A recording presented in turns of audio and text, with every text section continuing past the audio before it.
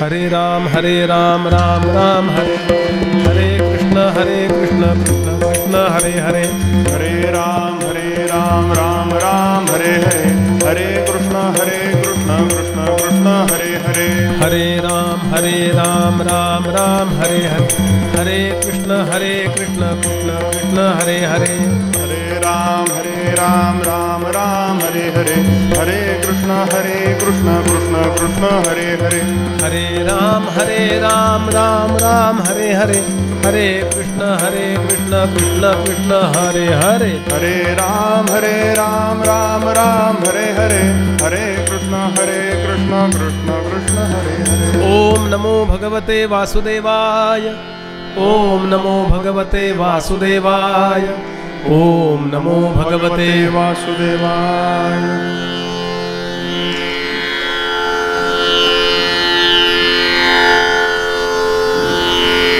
भगवती श्री गंगा मातेच्या तीरावरती राजा परीक्षिती जाऊन पोहोचलाय आणि प्रत्येक ऋषीमुनींना प्रार्थना करतोय, मला 7 दिवसांनी मरण येणार आहे, मी काय करू मी काय करू मी काय करू। आणि प्रत्येकाने सांगायला आरंभ केला, त्यानं जे साधन केलं, त्यानं जे उपासन केलं ते साधन सांगायला सुरुवात केला। कोणी सांगितलं नाम घे, कोणी सांगितलं ध्यान कर, कोणी सांगितलं प्राणायाम कर।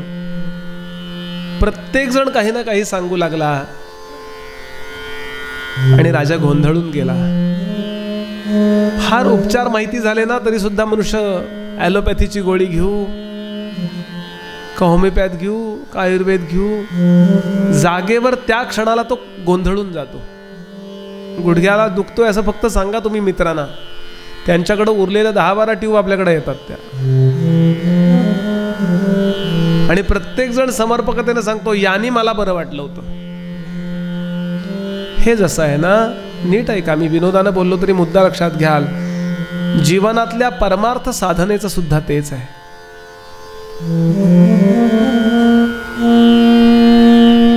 फार उपाय माहिती असायची गरज नाहीये। ठाकूर म्हणत असत रामकृष्ण परमहंस, ज्याला आत्महत्या करायची ना त्याला टाचणी पुरते, ज्याला लोकांना मारायचे ना त्याला खूप शस्त्रास्त्र लागतात। तसं ज्याला आत्मज्ञान करून घ्यायचे ना त्याला एक साधन पुरतं, फक्त रामनाम पुरे, एक फक्त देवाला नमस्कार पुरे। गोंधळून गेला आणि सगळ्यात अवघड अवस्था ही असते ज्या वेळेला आपण आपली साधना डिसाईड करू शकत नाही, ठरवू शकत नाही, आणि याकरता आवश्यकता असते सद्गुरूंची। राजा बसलाय तिथे आणि एकदम त्याला आठवण आली द्रौपदी आजीची। आजीनी सतत त्याला संस्कार दिलेत, स कृष्ण क्वापिनो गतः, कृष्ण कुठेही जात नसतो कारण तो आलेला नसतो, तो फक्त प्रकट व अप्रकट स्थितीत असतो। मी काही केलं नाही परीक्षिती, छोटं बाळ ते, आजी गोष्टी सांगायची, मी काही जीवनात केलं नाही, मी 2-3च गोष्टी केल्या। एक म्हणजे स्वतःचं काम मनापासून केलं, दुसऱ्या कुणाचं वाईट व्हावं असं माझ्या मनातही आलं नाही, आणि तिसरं मी कृष्णाला कधी विसरले नाही। एवढंच मर्म आहे उपासनेचं। याला अनुषंगिक तुम्ही किती वाढवू शकता, पण त्यातला केंद्रीभूत भाग, मी ज्या करता जगात आहे ते काम मी मनापासून करीन। ज्याला वर्णाश्रम धर्म म्हणतात, वर्ण म्हणजे जगाकरता करायचं आणि आश्रम म्हणजे घराकरता करायचं कर्तव्य, वर्ण कर्तव्य आश्रम कर्तव्य। मनात सुद्धा कुणाचं वाईट व्हावं असं येऊ देऊ नका, देव सांभाळतो।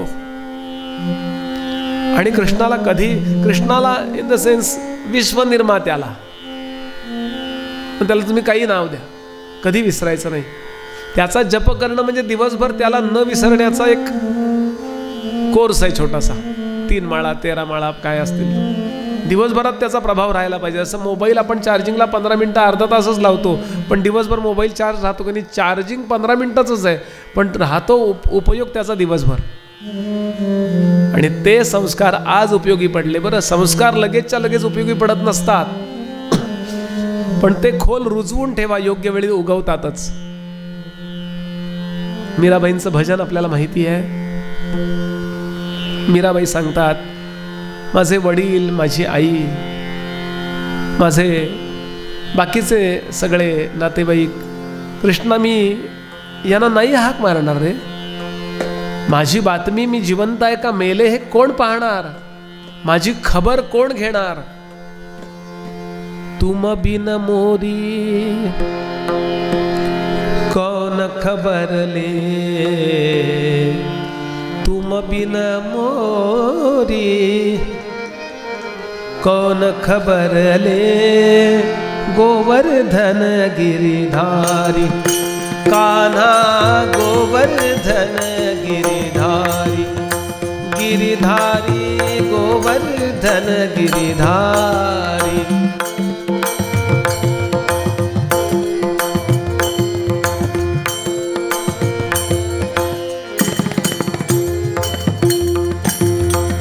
भरी सभा में द्रौपदी ठारी, भरी सभा में द्रौपदी ठारी, भरी सभा में द्रौपदी ठारी.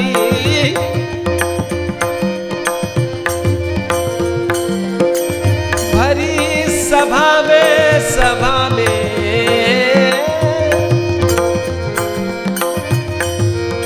भरी सभा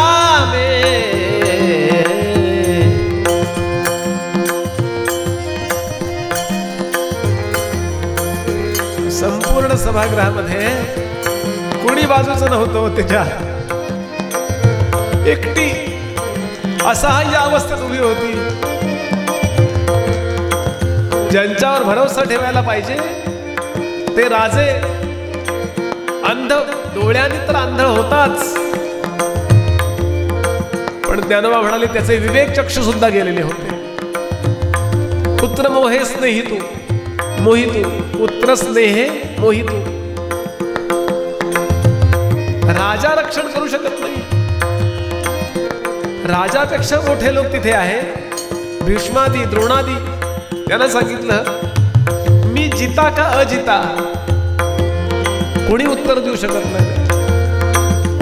आपल्या पत्नीची अशी विटंबना पती कधी होऊ देईल असे हत्तीसारखे 5-5 पती बसले होते, पण अबले समहे पांडव सगळे खाली माना घालून बसले. हा एकच प्रसंग जीवनामध्ये लक्षात ठेवला ना तरी आयुष्यभर आपलं रक्षण भगवंत करणार हा खात्रीचा भाग राहतो अंतःकरणात.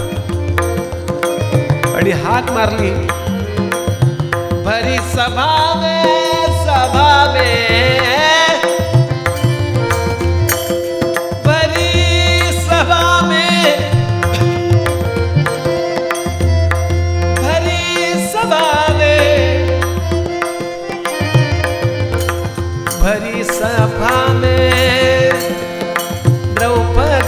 द्रौपदी ठारी, भरी सभा में द्रौपदी ठारी.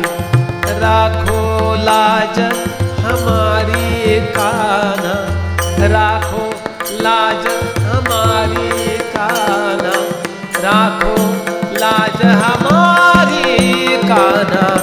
गोवर्धन गिरिधारी, गिरिधारी गोवर्धन गिरिधारी, गिरिधारी गोवर्धन.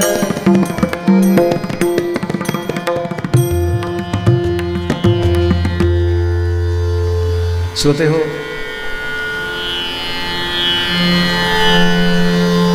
असे प्रसंग द्रौपदीने फार स्पष्टपणे नव्हे पण त्याला कळेल अशा भाषेत सांगितले होते. तो कृष्ण आजही आहे. आमच्या शिक्षण क्रमातनं आम्ही भक्ती काढून टाकली, इथेच आम्ही आमच्या मुली असुरक्षित केल्या हो. बाकी फिजिकल लेवलला सगळ्या व्यवस्था करा, पण त्यांच्या चित्तामध्ये विश्व निर्मात्याला हाक मारायची सिस्टीम का बंद करून टाकली तुम्ही? इमर्जन्सी नंबर तोच आहे हो. 108 हा ॲम्ब्युलन्सचा नंबर आहे, माळेचाही तेवढेच नंबर आहेत ना. तिकडे काय करायचं ते करा, व्यवहार सोडून वागा असं मला मुळीच इथं शास्त्राला सांगायचं नाही, मला म्हणजे वैयक्तिक नव्हे. पण त्या कायद्याच्या पलीकडे कुठेतरी विश्वाला निर्माण करणारा भगवंत आहे. माझ्यावर आलेलं संकट ज्यांच्यामुळे आलंय त्यांच्या बुद्धीत बदल करण्याचं सामर्थ्य ज्याचं आहे त्याला हाक मारायची काय व्यवस्था केली आम्ही. आणि ते संस्कार आज उपयोगी पडले.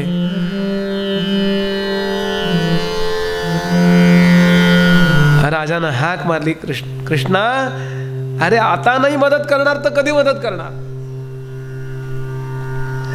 नामदेव महाराजांनी तर लाच काढली हो. मागा बहुतांचे फेडियेले ऋण आम्हासाठी कोण भरली धाड. काय नामदेव महाराज असतील. हे अभंग सुद्धा आपल्याला किती आश्वस्त करतात. आणि प्रार्थना केली. आणि लक्षात ठेवायचं, प्रामाणिक जर संकट असेल, नीट ऐका, संकट खरं पाहिजे. आता आपल्याला संकट वाटते, ते आमच्याकडे गडावर एक आले, ते अत्यंत डोळ्यात पाणी ओढलं, काय झालं, नेट गेलं म्हणलं. ते अंगलाईचं मंदिर आहे ना वरती, तिथं कड्यावर गेले होते ते, तिकडे तिकडे तिकडे म्हणजे इथे नेट येतं. म्हणलं जरा पुढे जा. संकट खरं नाही होते, उलट खरं एकदा पोचले, मी जिवंत एवढं घरी कळवा, संपला विषय. 7 दिवस राहा, बिंदास राहा, समर्थ काही कमी पडू देणार नाही तुम्हाला. संकट प्रामाणिक पाहिजे एक मुद्दा. आणि भगवंताला तळमळीने हाक मारा.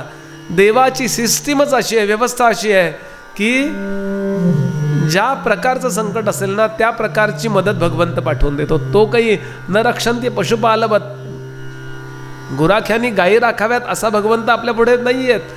पण तुमच्यावर समजा आरोग्याचं संकट आलं असेल, कालच मी इथून आत गेलो, सर्दी सर्दी सर्दी म्हणलो होतो ना, एक डॉक्टर लगेच आत आले.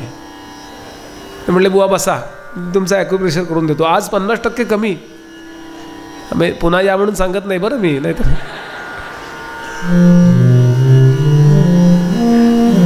तुम्हाला धनाची गरज असेल, कुणीतरी धनवान भेटेल, अगदी घराचं काम चाललंय, अमुक काय संकट आहात, नेमका भेटेल, तुला पैसे पाहिजे ना, हे घे. देवानी पाठवून दिलेत ते. आता इथे समस्या काय आहे, मृत्यूची भीती. मृत्यू कोणाचा होतो, ज्याचा जन्म झाला त्याचा. जन्म कोणाचा होतो, अज्ञान देशात आहे त्याचा. अज्ञान नाशाला उपाय ज्ञान. ज्ञान देतात ते सद्गुरू. म्हणून सद्गुरूंना पाठवून दिलं. शुकदेव बसले होते, नारदांनी जाऊन प्रेरणा दिली. नारद म्हणाले, शुकदेवा राजाला उपदेश करायला चला. असे मस्त बसले होते. असे आपल्या मस्तीत असतात संत. स्वामी समर्थ, गजानन महाराज आठवा, आपल्या मस्तीत. आत्मक्रीडा हा आत्म, जगाच्या कल्याणाची इच्छा ते करतात, पण ते कोणाच्या नादाला लागत नाहीत, आपल्या मस्तीत. कबीरांचा तर दोहा आहे. कबीर म्हणाले, दारू पिणारा एवढा मस्तीत असतो तर भक्ती मदिरा पिणारा किती मस्तीत असेल विचार करा. तात्पुरती दारू. दारू पिलेला मनुष्य असा, तुमची कुठेही चांगली गाडी असो, तो तुम्ही ब्रेक मारा, तो रस्त्याची मापं घेत जातो की नाही. असं वाटतं उद्या बहुतेक रस्ता रुंदीकरण सुरू होणार आहे, त्याचे येथे लोक. मग साध्या दारूनी ही जर मस्ती येत असेल तर विश्व निर्माण ज्यानं केलं त्याच्या प्रेमाची जी भक्ती मदिरा आहे त्यानं काय. नानक म्हणाले, तुमची ती भांग आणि वगैरे आहे ना, ते ह्याच्यात काही मजाच नाही हो. भांग धतुरा तमाखू उतरधा जात परभात, नानका खुमारी नाम की दिन दिन बढ़त ही जात. असे आपल्या मस्तीत नारद म्हणाले, शुकदेवा चला त्या राजाला काही उपदेश करा. काय गरज आहे, जो करेगा वो भरेगा. क्यों गया था वो वहां पे, गले में सांप डाल दिया, ये क्या बर्ताव है. आने दो उस तक्षक को, काटने दो, मरने दो राजा को, क्या होता है. प्रारब्ध कर्मणा भोगादेव अक्षया. शुकदेव असं कडक. नारद म्हणाले, नाही पण तुम्ही उपदेश, मी का उपदेश करू त्याला. नारद म्हणाले, महाराज एक गोष्ट विचारू का तुम्हाला मी. तुमच्यावर मला काही आक्षेप नाहीये, तुमचं यू आर सो ग्रेट, नमस्कारच आहे तुम्हाला. माझ्या वडिलांचे गुरु आहात तुम्ही, माझ्या गुरूंचे गुरु, माझे आजे गुरु आहात. तुमच्याबद्दल मला काही नाही, पण हे अशा पद्धतीने वागणारे आहेत ना, 11,000 कोटी खाऊन परदेशात पळाले,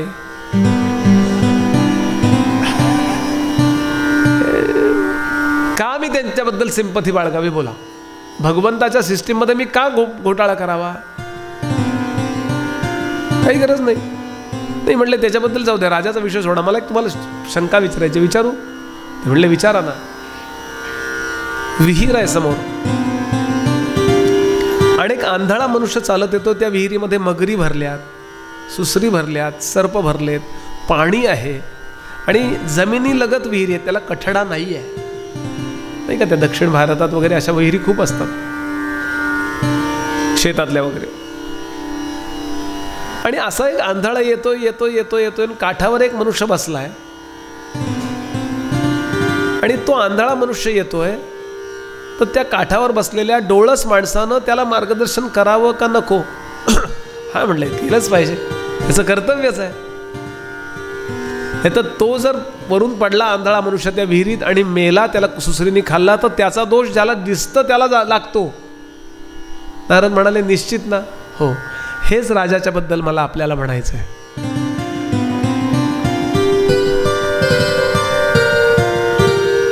वो अंधा है, उसे जन्म क्या है मृत्यु क्या है पता नहीं है, वो आ रहा है. आप तो ज्ञान चक्षु से मंडित हो, आपके पास ज्ञान चक्षु है, तो आपने उसको मदत करना चाहिए या नाही आहे? शुकदेव हसले. नारद बाबांना म्हणाले माझं वर्कलोड वाढवलात तुम्ही, वर्कलोड माझा वाढवून दिलात. ठीक आहे, तुमची आज्ञा आहे, आजे गुरूंची आज्ञा आहे, जातो मी. आणि शुकदेव येऊन तिथे थांबतात. सूर्योदय होतोय आणि 16 वर्षाचं बाळ होते, डोक्यावरती छानपैकी काळ्याशार जटा रोळत आहेत, अजून मिशा आलेल्या नाही आहेत, पौगंडावस्था आहे. हाताचे पंजे आहेत ना, हे गुडघ्यापर्यंत अजानुभू आहे, बाहू आहेत, निळसर वर्ण आहे, कमल नेत्र आहेत, चाफेकळीसारखं सरळ नाक, सगळी शुभ लक्षणं. चरणावरती शंख चक्र गदा पद्म पायावरती आहेत, आणि अशी सगळी शुभ लक्षणं असणारे जणू विष्णूच या रूपात आलेत असं समजा. एकही वस्त्र अंगावर नाही, दिशा हेच वस्त्र. असे शुकदेव आलेले पाहिल्याबरोबर सगळे ऋषी उभे राहिले, उत्थापन दिलं आणि सगळ्यांनी वंदन केलं. शुका सारिखे. कसे असतील शुकदेव? दिशा हेच वस्त्र. अजानुबाहू का? सगळे मोठे मोठे संत, स्वामी समर्थ, गजानन महाराज, रामराय, हे सगळे अजानुबाहू होते. ज्याचे हात दानशूर असतात त्याचे हात लांब असतात बरं का. कंजूष लोकांचे असे पेंग्विन सारखे हात असतात. आणि या जगात सर्वश्रेष्ठ दान संत करतात. समर्थ म्हणाले जे त्रैलोकी नाही दान ते करीती संत सज्जन, तया संतांचे महिमान काय म्हणून वर्णावे. कोणीही देत नाही असं आत्मज्ञानाचं दान संत देतात, फक्त संत. असे आलेले पाहिले, सगळे जण उभे राहिले आणि आले. अशी गर्दी मध्ये राजा बसलेला रडतोय, कृष्णा कृष्णा कृष्णा म्हणतोय. आणि शुकदेवांच्या लक्षात आलं, अच्छा पेशंट हा आहे वाटतं. मस्तकावर हात ठेवला, सगळे उभे राहिले पाहिजे, राजा पण उभा राहिला. बस बस, मस्तकावर हात ठेवला. राजानं नमस्कार केल्यावर पाठीवरनं प्रेमाने हात फिरवला. कसा असेल तो स्पर्श? या जगामध्ये फक्त आपल्यावर प्रेम करतात ना ते संतच करतात, हे वाक्य लक्षात ठेवा. बाकी सगळ्यांच्या प्रेमामध्ये काही ना काही स्वार्थ असतो. आई लेकराला आशीर्वाद देते, पण किमान तिला तो मोठा झालेला बघण्यात आनंद आहे एवढा तरी तिचा वैयक्तिक स्वार्थ असतो. तसा शेजाऱ्यांचा मुलगा मोठा झालेला तिला बघायचा नसतो. पण संतांना या जगामध्ये कोणी परका नाही हो. सगळेजण चांगले झालेले बघायचे संतान.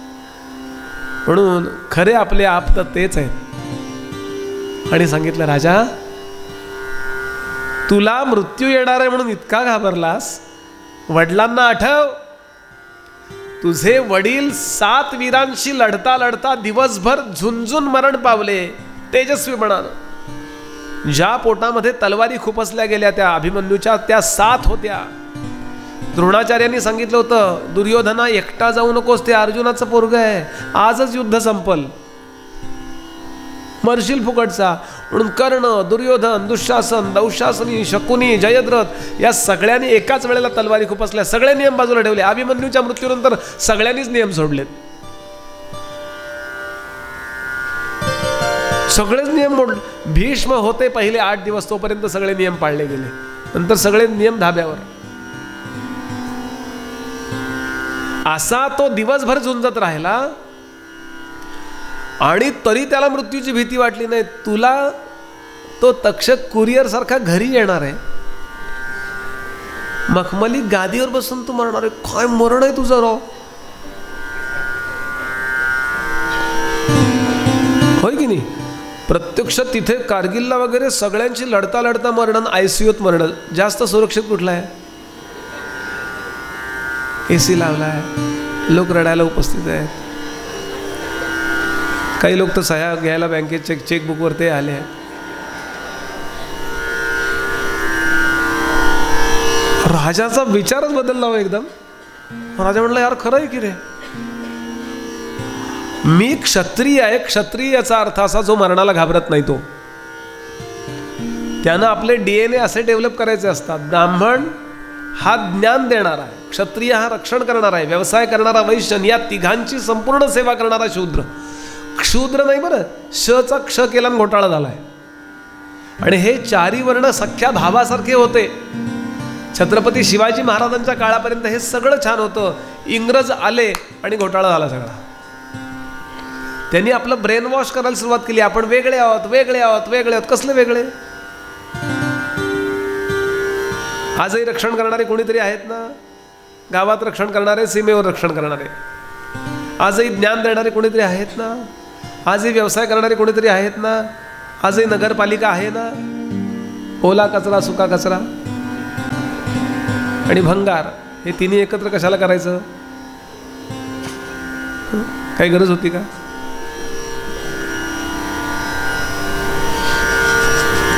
बोलण्याचा भाव असा लक्षात घ्याल की हे सगळी व्यवस्था आज आहे तशीच पूर्वी होती, फक्त पूर्वीची नावं वेगळी आहेत. पण पुन्हा केव्हा तरी समाजानं हे लक्षात घ्यायला लागेल की आपल्याकडे जातीपातीची बंधनं नव्हती, आपण सगळे एक होतो. छत्रपती शिवाजी महाराजांकरता ज्या दिवशी एका न्हाव्यानी क्षौर करणारा, जातीनं न्हावी, त्याचं नाव शिवा काशीद, जीव दिलाय, राजाचा वेश घालून गेला, दिलेर खानानं त्याला संपवला. त्याच दिवशी बाजीप्रभू देशपांडे नावाच्या एका ब्राह्मणानं सुद्धा राजाकरता जीव दिला. दोघांनी असा नाही विचार केला हा मराठा आहे आम्ही कशाला जीव देऊ. त्यांना एक माहिती आहे, छत्रपती शिवाजी महाराज राष्ट्राकरता धडपडतायत, त्याच्याकरता जीव देणं आमचं कर्तव्य आहे. बाजीप्रभू दिवसभर लढत राहिला आणि लढता लढता त्यांनी सांगितलं, सावरकरांचं काव्यच आहे, तोफे आधी नमरे माझी बाजी सांगा मृत्यूला. म्हणून पुन्हा एकदा मी गावोगावी सांगतो, भागवत सांगतं, पुन्हा एकदा आपण सगळे एकत्र होण्याची गरज आहे. पुन्हा आपण सगळे एक आहोत हा मनामध्ये भाव होण्याची गरज आहे. त्याकरता एकत्र जेवायला बसायची गरज नाही, एकत्र जेवणारे सुद्धा एकमेकांचे खून पाडतात. लक्षात घ्याल की तरी पण ही पुन्हा एकदा गावोगावी जाऊन सांगण्याची गरज आहे. भागवत रामायण हे सांगतं की तुम्ही सगळे एक आहात. असो मला आता मुद्दा हा सांगायचा आहे की राजाच्या लक्षात आलं, रक्षती इति क्षत्रिय, जो मरणाला घाबरत नाही तो क्षत्रिय. आणि मी मरणाला घाबरून याला नमस्कार कर, त्याला नमस्कार कर. तो जो असा बसला होता ना, तो पहिल्यांदा शुकदेवांच्या वाक्यांनी असा होत गेला. टायरमध्ये हवा भरल्यावर जशी गाडी उभी राहते ना, असा त्याला शुकदेवाने उभा केला. संत पहिल्यांदा काय करतात माहिती आहे का? आपली कॉन्फिडन्स लेवल वर आणतात. आणि जे संत नसतात ते आपला कॉन्फिडन्स घालवतात. ॲक्सिडेंट झाल्यावर काही लागलं बिगलं भेटायला आला, अवघड आहे, कठीण आहे, अमके दमके, हे बोलायची गरज आहे का काही? संत बरोबर विरुद्ध करतात. काय समर्थांच्या ओव्या, दासबोधासारखा मॅनेजमेंटचा ग्रंथ नाही हो. 6 वर्षापूर्वी लंडनच्या ऑक्सफर्ड युनिव्हर्सिटीनं या जगातला मॅनेजमेंटचा सर्वोत्तम ग्रंथ, ज्यात सगळे विषय आलेत, म्हणून दासबोधाला पदवी दिली आहे, the best text in management in the world, असा दासबोध ग्रंथ आहे. काय उत्तम गुणनिरूपण आहेत. समर्थांच्या एक एक ओव्यात ते म्हणले, घालू नाकलेचा पवाड व्हावे ब्रह्मांडाहुनी जाड, तेथे कैचे आणिले द्वाड करंटपण. अशा काही शब्द योजना करा, अशा प्रकारे तुम्ही योजना करा आणि यश मिळवूनच थांबा.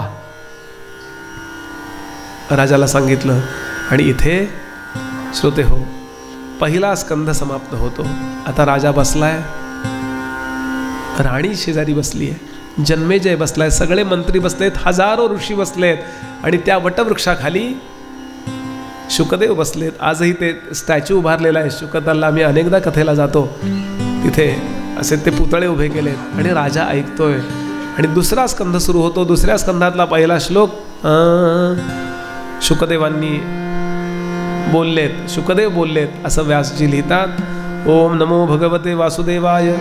श्री शुक उवाच वर्यानेशते प्रश्न कृतो लोकहितं नृप आत्मवित् सम्मतं पुंसां श्रोतव्यादिशयः परः. Your question is better than the best. I am very happy to answer you. कळलं का? असं बोललं की बुवा आपला वाटतो. वर्यानेश याचा अर्थ बेटर दॅन द बेस्ट. तुझा प्रश्न फारच भारी आहे, मी एकदम खुश आहे. आत्मवित् सम्मतं पुंसाम. आत्मवित् म्हणजे आत्मज्ञानी. आत्मज्ञानी लोकांना, माझ्यासारख्या लोकांना आवडेल असा प्रश्न आहे. संत आपल्याकडे आल्यानंतर त्या संतांना आमच्या ठकीचं लग्न कधी होईल आणि आमचा भाडेकरू कधी निघेल विचारायचं नसतं बरं. संतांना फक्त 2च प्रश्न विचार. समर्थ म्हणाले दोन्ही गोष्टी पुसाव्या, 2च गोष्टी विचारायच्या संतांना. हा तुमचं प्रपंचातलं खरंच अडलं असेल तर विचारायला हरकत काही नाही आहे, सगळं त्यांनाच विचारावं. पण मुख्य प्रश्न 2, मी कोण आणि देव कोण, एवढे 2च प्रश्न आहेत. तुझ्या प्रश्नामध्ये जगाचं हित साधले जाईल असे तुझे प्रश्न आहेत आणि म्हणून मी तुला उत्तर देतो. ऐक, तुझा काय प्रश्न आहे? ज्याला मरण जवळ आलंय त्यानं आपलं कल्याण कसं साधावं.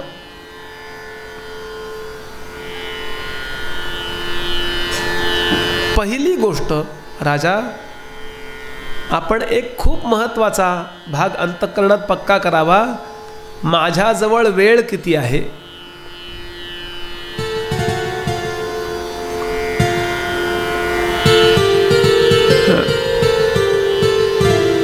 इतके वर्ष आम्ही बरोबर आहोत ना, त्यामुळे मी पुढं काय पद म्हणेन याची शक्यता त्यांना माहिती असल्यामुळे तेच स्वर देत होतो. आपण ओळख करून द्याल तेव्हा द्याच, पण मी पण त्यांची वेगळी ओळख करून देणार आहे. जागतिक ख्यातीचे, ज्यांचं गिनीज बुकात नाव गेलं, 22 श्रुतींची पेटी ज्यांनी बनवली ते पंडित विद्याधर ओक ठाण्याचे. त्यांचा हा लाडका शिष्य आहे बरं. पंडित गोविंदराव पटवर्धन ती परंपरा आहे. आणि म्हणून बघा तुमच्याकडे मुद्दाम आलेत ते. आणि इकडे याज्ञिकही झालेला आहे, मंत्रमंडळही उत्तम आहे. थोडे आम्ही अल्लडपणा करू, तरुण मुलं आहोत, पण आमच्यात वाईट कोणी नाही बरं. अतिशय सज्जन, संध्या करणारी आहेत ही तिघही.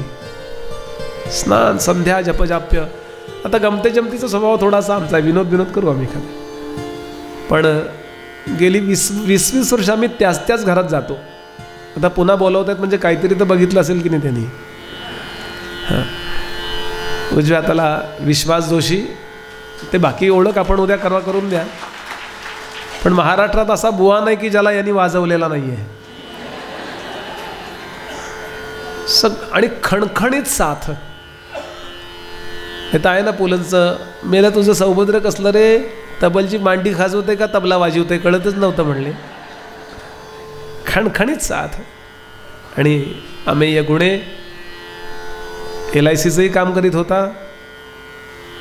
माझा मित्रही आहे, माझ्या गुरुजींकडे शिकतो, आम्ही पण चर्चा करतो.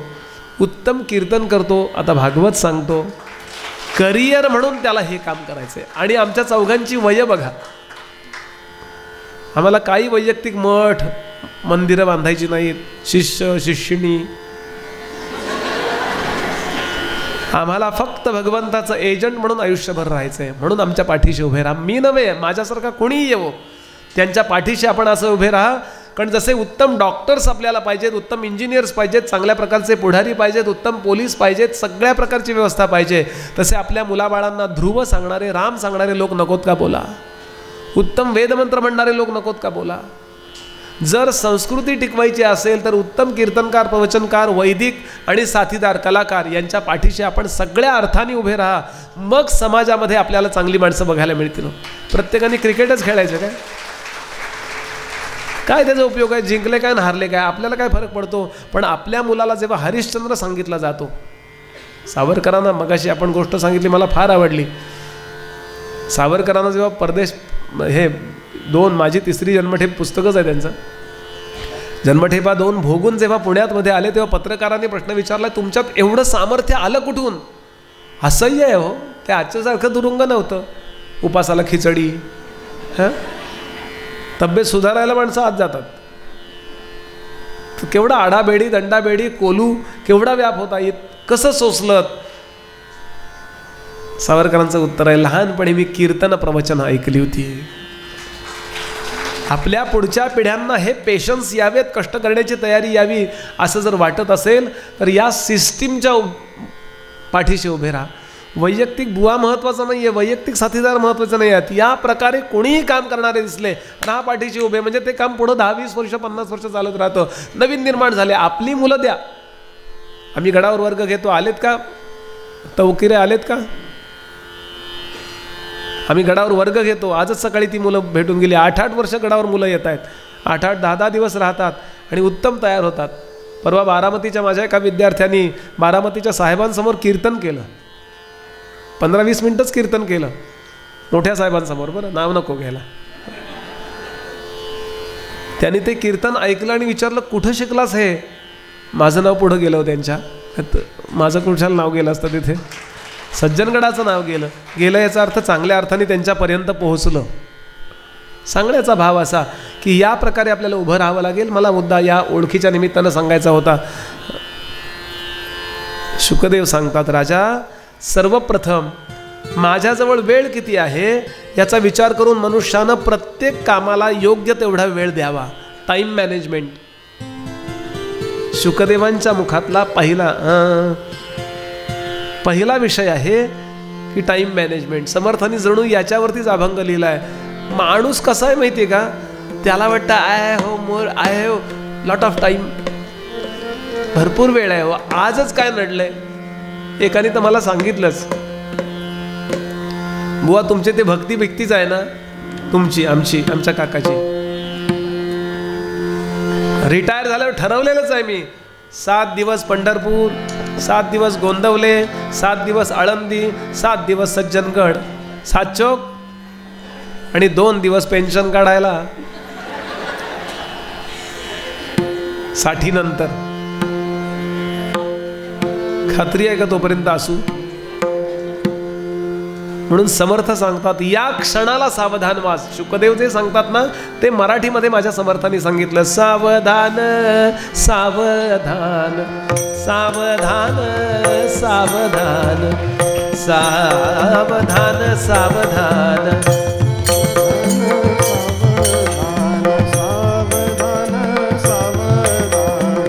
वाचे बोला राम नाम, वाचे बोला राम नाम, वाचे बोला राम नाम, वाचे बोला राम नाम.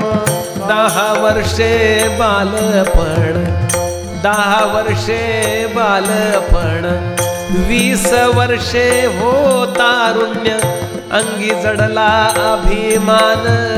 सावधान सावधान तेव्हा न घडे हो साधन. सावधान सावधान सावधान सावधान. तिसाची होय भरती, तिसाची होय भरती, तिसाची होय भरती, तिसाची होय भरती. दारा पुत्र ते लाभती, दारा पुत्र ते लाभती, त्यातची पडे भ्रांती, त्यातची पडे भ्रांती, न कळे स्वरूप स्थिती सावधान।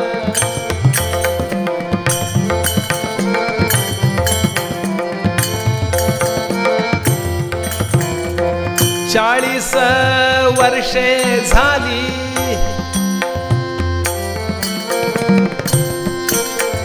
40 वर्षे झाली, डोळा 40ती आली, डोळा 40ती आली, येता नदीसे जवळी, येता नदीसे जवळी, नेत्रासी भूली पडली सावधान। सावधान सावधान सावधान सावधान सावधान सावधान। असं जर सगळं म्हणत राहिलो तर तुम्ही डोलत राहाल। आणि आपण जमिनीवर बसला असलात तर मला काही फार धोका वाटत नव्हता डोलण्याचा, खुर्चीवर आहात त्यामुळे जरा जास्त लागू शकतं।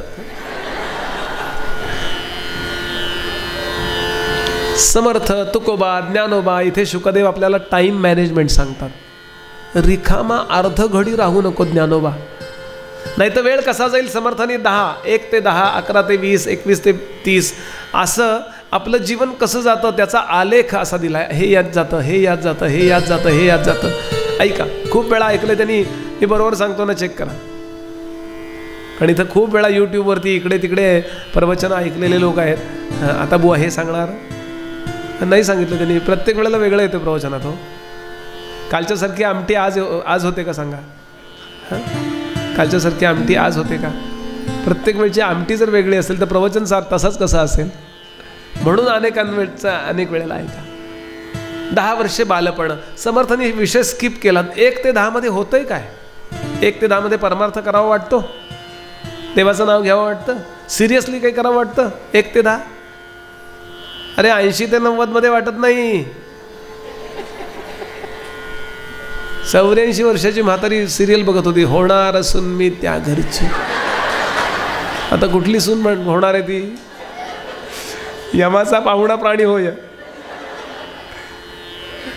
1 ते 10 मध्ये काय होणार आहे? म्हणून 10 वर्षे बालपण, 20 वर्षे तारुण्य, आता 11, 12, 13 नंतर तारुण्य यायला लागतं। मग असं देव मानायचा का नाही मानायचा यात पुष्कळ तरुण अडकलेले असं। We do not believe in God. Actually वाकडं तोंड करून इंग्लिश बोलायचं।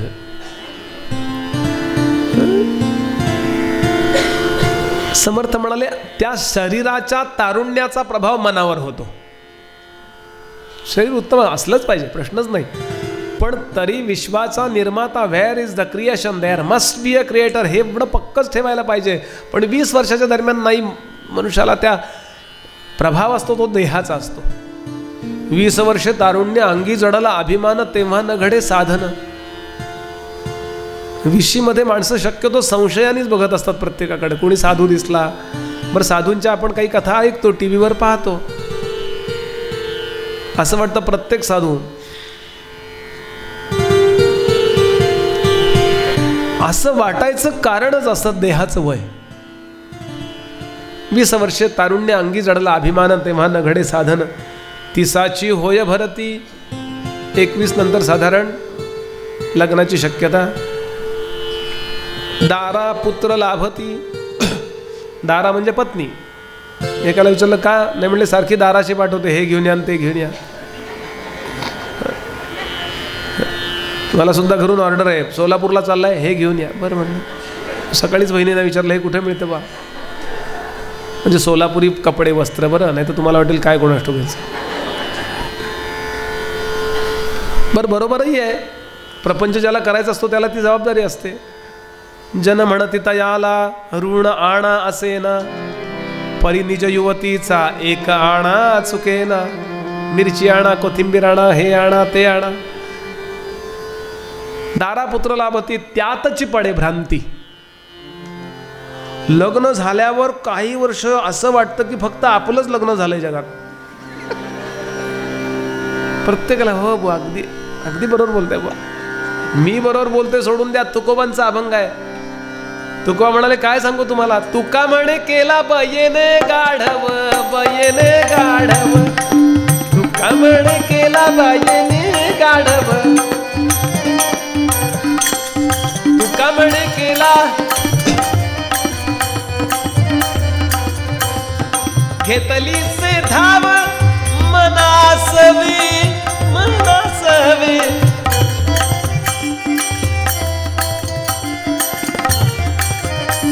तुका म्हणे केला बयेने गाढव, बयेने गाढव.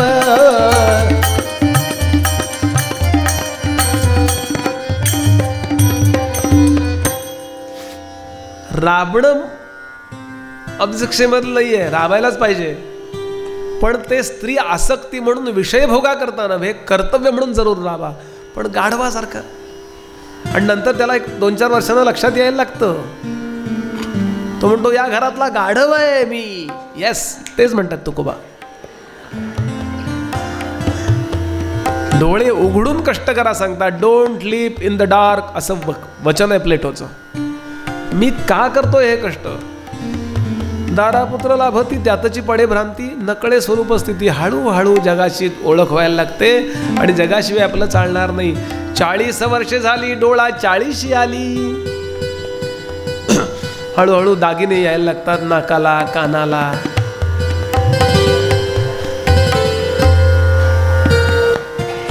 पन्नास वर्ष होती, श्यामकेश शुभ्र होती. पुन्हा त्याला श्याम करी ती, पण आतून ते शुभ्रची असती. समर्थांची क्षमा मागून. 50 वर्ष होती, श्यामकेश शुभ्र होती. हालती दाताच्या पंक्ती याला म्हातारा म्हणती. 60ची बुद्धी नाठी, हातामध्ये घेऊनी काठी. वसा वसा धावती पाठी, मागे धावती कारटी. 70ची होता गणना, बैसता उठवेना, उठता बैसवेना. बापुडा होय दैन्यवाणा. 70 नंतर बसण्याचे कार्यक्रम आणि उठण्याचे समारंभ सुरू होतात. बराच वेळ चालतो त्याला समारंभ किंवा कार्यक्रम म्हणतात. आता इथं बरं आहे, खुर्ची पिरची आहे, पण आम्ही कथा कीर्तन जातो ना, 4ला कीर्तन सुरू असतं, 3:30 पासून असं असं बघत असतं. आता बसायचंय, आता बसायचंय, आता बसाय. कसं बसू असता गोल फिरून. 70ची होता गणना, उठता बैसवेना. बैसता बापुडा होय दैन्यवाणा. 4-20 मिळवणी 80, 4-20 मिळवणी 80. बापुडा होय विदेशी, जळाविण मासोळी जैशी. तैसा होय कासाविशी. नवावरी दिले पूज्य, सुख राहिले दुजे. म्हणत असे माझे माझे, शेवटी जड झाले मुझे. शतवारी पुरुष झाला, राजहंस उडून गेला. देह कोरडा पडला, जन म्हणती उचला उचला. प्राणी भूमिभार झाला. या लागी रामदास सांगतो सज्जनास धरा. सद्गुरूची कास, सावधान सावधान वाचे बोला रामनाम.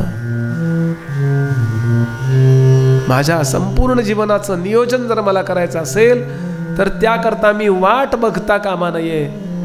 यद हरेव विरजेत तद हरेव प्रव्रजेत. श्रुती सांगते लगेच सुरू करा परमार्थ. आणि याकरता 11व्या दशकातला 3रा समास दासबोधातला वाचून बघा. समर्थांनी दिनक्रम सांगितलाय, किती वाजता उठावं, कसं झोपावं. पूर्ण प्रपंच छान करा, काही प्रश्न नाही. पण तो करीत असताना मी आत्मसुखा करता किती वेळ दिला. हा देह टाकल्यानंतर मला जे देव विचारणार आहे त्याकरता मी किती गोष्टी मिळवून ठेवल्या. हा देह टाकला, मी निघालो. एकही मला माझं उपर्ण वर नेता येणार नाहीये, कितीही चांगला असो. माझ्या घरातली माणसं अंगठी अंगठी काढून घ्या तेवढी, भाऊजी असं होणार आहे ना. ही जी माझ्या आयुष्यभर हातात राहिली ती मला नेता येणार नाही. मग जे नेता येईल यातलं काय मिळवलं तुम्ही? भगवंत इथून गेल्यावर काय विचारतो? किती पाजिले पाणी तू तानेल्यास, किती अन्न दिले भुकेल्या जीवास, किती वेळ दिला प्रभू चिंतनाला, विचारील अंती हरी हे तुम्हाला गोपाल कृष्ण भगवान.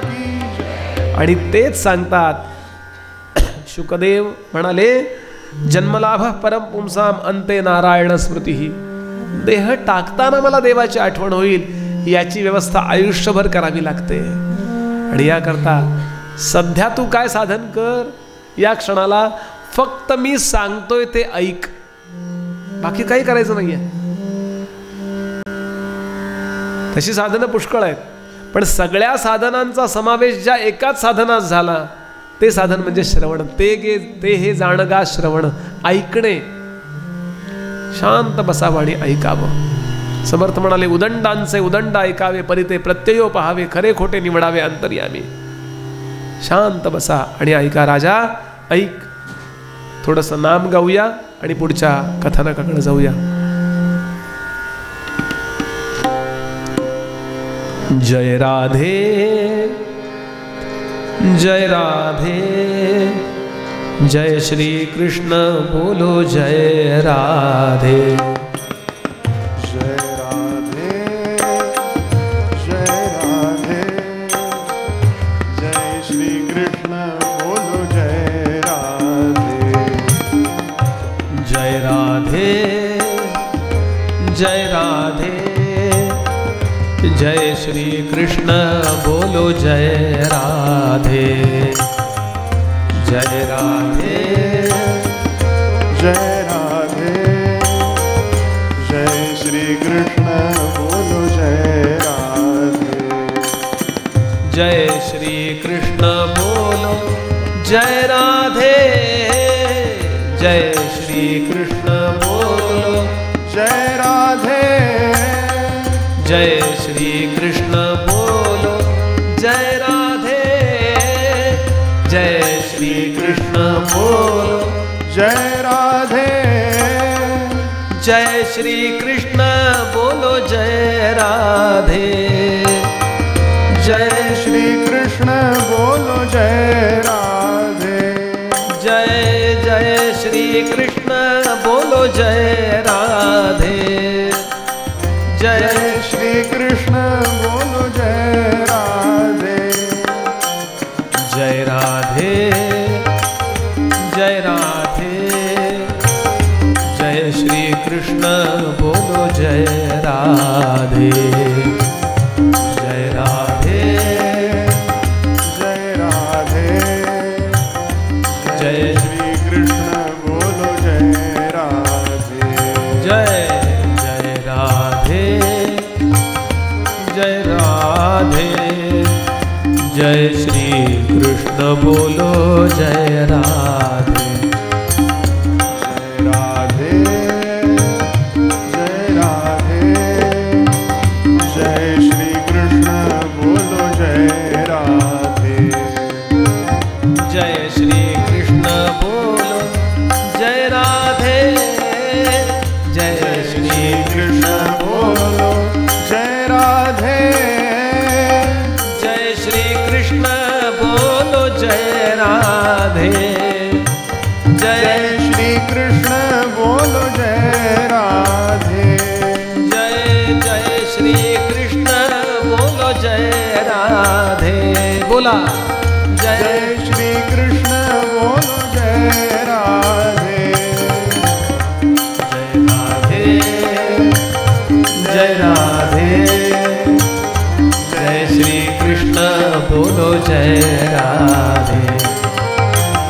जय राधे जय राधे जय श्री कृष्ण बोलो जय राधे.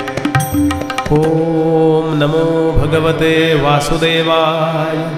ओम नमो भगवते वासुदेवाय.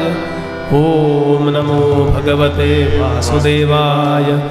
ओम नमो भगवते वासुदेवाय.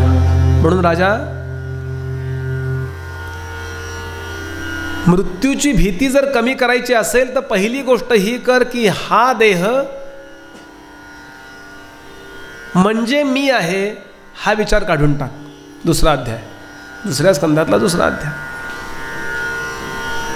किती त्या देहाची काळजी घ्यायची का काळजी करायची? काळजी घ्यायलाच पाहिजे, कारण देवाने दिली वस्तू म्हटल्यानंतर तिची काळजी घेतली पाहिजे. पण ती काय म्हणतात एन्झायटी, ती इतकी संवेदनशीलता वाढवून टाकतो. काही करून याला जपायचं, इकडून नळ्या तिकडून नळ्या तिकडून नळ्या. डॉक्टर मला वाचवा, सिरियल बघायला.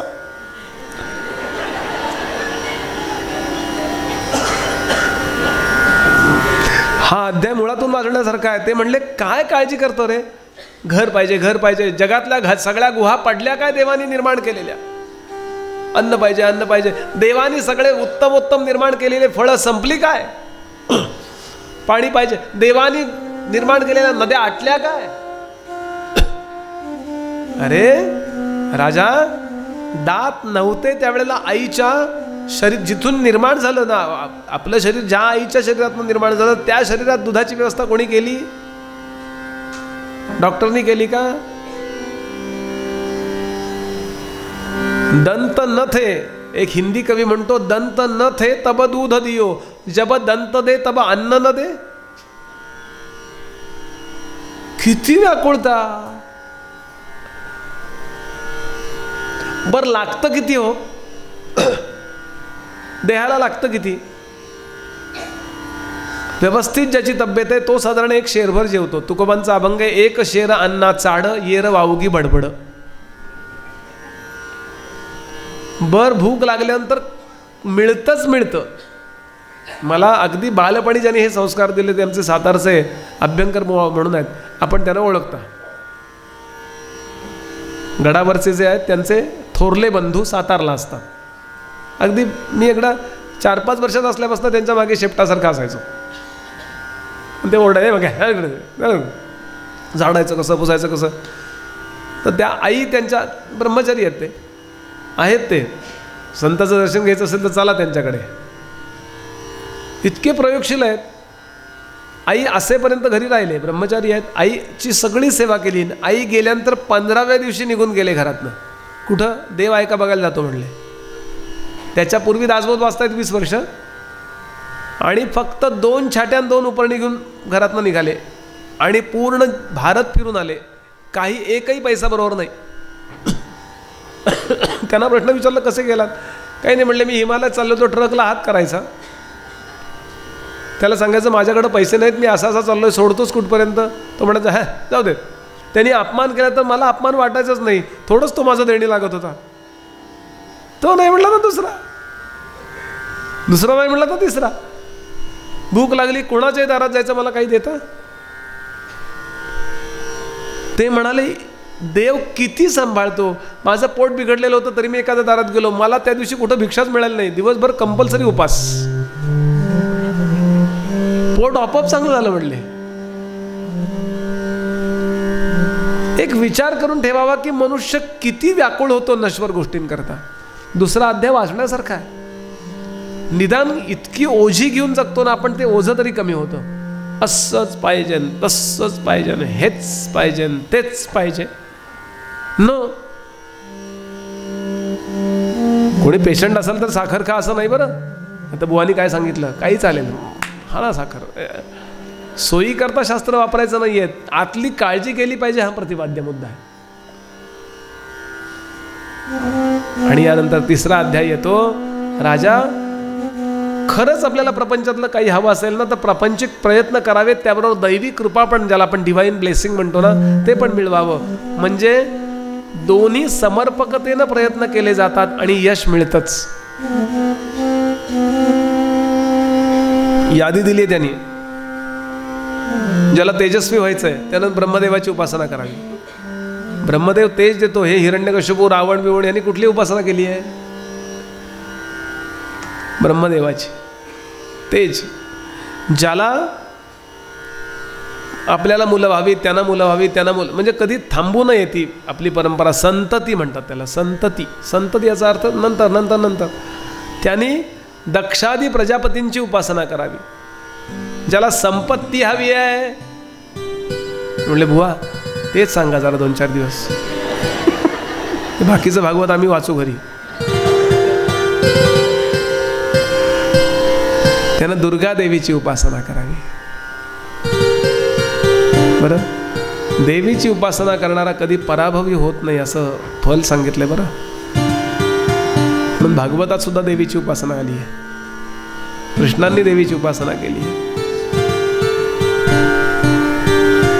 दुर्गा देवीची उपासना करावी. सर्वमंगल मांगल्ये शिवे सर्वार्थ साधिके शरण्ये त्र्यंबके गौरी नारायणी नमोस्तुते. ज्याला जीवनात नेहमी यश पाहिजे, पराक्रम गाजावं वाटतं, त्यांनी 11व्या रुद्राचं पूजन करावं. एकादश रुद्र पूजन.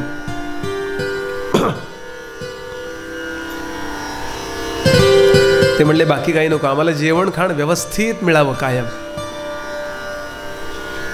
असं वाटतं. त्यानं स्वयंपाकघराची ओळख ठेवावी. मध्ये मध्ये कोण जोशी काकू आहेत का कोण आहेत बघावं तिकडे जाऊन. आणि आज इडली करा, आज सांबार, काय असेल ते तिकडे जाऊन सांगावं. असं लिहिलंय का त्यांनी? ते व्यावहारिक पातळीवरती जे असेल ते ठीक आहे, पण त्यांनी सांगितलं देवमाता आदितीचं पूजन. आदिती पूजन नावाचा आपल्याकडे विधी आहे. गुरुजींना विचारा. म्हणजे जेवाय खायला कधी कमी पडत नाही. आदिती पूजन त्यात असं आहे की परमेश्वर एक आहे, पण त्याची सत्ता अनेक प्रकारांनी काम करते. त्या सत्तेच्या तिथल्या स्थानीय देवतांचं पूजन आपल्याकडे महत्त्वाचं आहे. म्हणून आम्ही हे मानत नाही ते मानत नाही, अजिबात असा विचार करू नका. ज्या अर्थी शुकदेव सांगतायत विचार करून सांगतायत ना. पुढे ज्याला असं वाटतं की प्रजेचं माझ्यावर ममत्व राहावं, त्यानं साध्य नावाच्या देवांची पूजा करावी. ज्याला भरपूर आयुष्य असावं, आयुष्यवृद्धीची इच्छा आहे, त्यानं अश्विनी कुमारांची पूजा करावी. शरीर पुष्ट होण्याची ज्याला इच्छा आहे त्यानं पृथ्वीची पूजा करावी. ज्याला स्वतःच्या स्थानापासून भ्रष्ट होऊ नये, म्हणजे बदली होऊ नये आत्ताच्या भाषेत, किंवा योग्य ठिकाणी बदली व्हावी असं वाटतं, त्यांनी द्यावा पृथ्वी नावाच्या देवांची पूजा करावी. ज्याला उत्तम रूप हवंय त्यानं फेअर अँड लवलीची पूजा करावी. असं लिहिलेलं नाही आहे, पण बराच वेळ गंभीर बोललं की लोक असं होतात, म्हणून मध्येच लोणच्याच्या फोडीसारखं आहे. उत्तम रूप हवंय त्यांनी गंधर्वांचं पूजन करावं.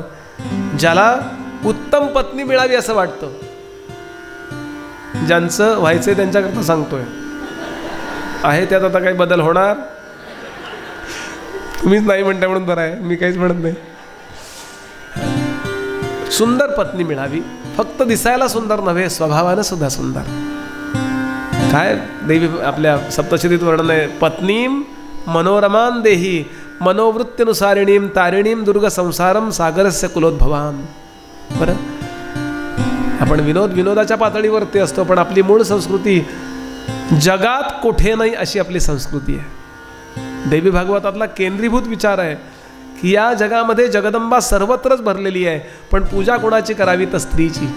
ती स्त्री सौभाग्यवती असेल तरी तिची पूजा करावी, कुमारिका असेल तरी पूजा करावी, विधवा असेल तरी तिची पूजा करावी असं वर्णन केलं देवी भागवतात. कारण स्त्रीच्या ठिकाणी जगदंबा वस्तीस्थानाला असते, देवी भागवत सांगतं. म्हणून अशी चांगली पत्नी मिळावी असं वाटत असेल, दिसायला फक्त सुंदर नव्हे, अनुरूपता हवीच, पण अनुरूपपेक्षा अनुकूल हवी. त्यानं नारायणाची मुलगी उर्वशी हिचं पूजन करावं. ज्याला सगळ्यांचं आधिपत्य हवंय त्यानं पुन्हा ब्रह्मदेवाचं पूजन करावं. यशप्राप्तीची इच्छा आहे त्यानं यज्ञरूपी विष्णूचं पूजन करावं. मी गावोगावी सांगतो, वर्षात एखादा तरी यज्ञ घरी करून घेतच चला. यज्ञाचं आपल्याकडे फार मोठं महत्त्व आहे. ज्या घरात सातत्याने यज्ञ होत राहतात ना, त्या घरावरती विष्णूची वेगळी कृपा. यज्ञो वै विष्णू. आणि विष्णू काय करतो तर सांभाळण्याचं काम विष्णू करतो. म्हणून यज्ञाची जीवनात कधी चेष्टा करू नका. रामरायांचा जन्म कशातून झालाय? यज्ञातून. कृष्णांनी जीवनात अनेक यज्ञ करून घेतले, स्वतः नाही केले, पण पांडवांकडून अनेकांकडून यज्ञ करून घेतले. आणि अगदी वाईट बोलायचं झालं तर जिथल्या जिथल्या यज्ञाच्या ज्वाळा संपल्या ते सगळे भाग भारतापासून तुटले. म्हणून यज्ञाची ज्वाळा शिल्लक ठेवा. आज नको तिथे नको तेवढा पाऊस का होतो विचार करा. कारण आपण यज्ञाद्वारे त्या पावसाला कमांड देत नाही की इथे आत्ता पाऊस नको आणि इथे पाहिजे. पूर्वी पण पूर यायचे, पण आता किती येतात? सारखे पूरच. कारण आकाशातलं पाणी आत्ता नको हे तुम्ही सांगतच नाही, इकडे पाहिजे हे सांगत नाही. ते यज्ञ सांगतात, यज्ञात भवती पर्जन्य, म्हणून यज्ञ याग नेहमी करावेत. पुढे सांगतात ज्याला द्रव्य संचयाची इच्छा आहे, खूप पैसे मिळतात पण साठत नाहीत बघा, आलेन जातात आलेन जातात. खूप लोकांचे प्रॉब्लेम असतात. बुवा म्हणले पैसे येतो तो पण टिकत नाहीत. वरुणाची पूजा करा.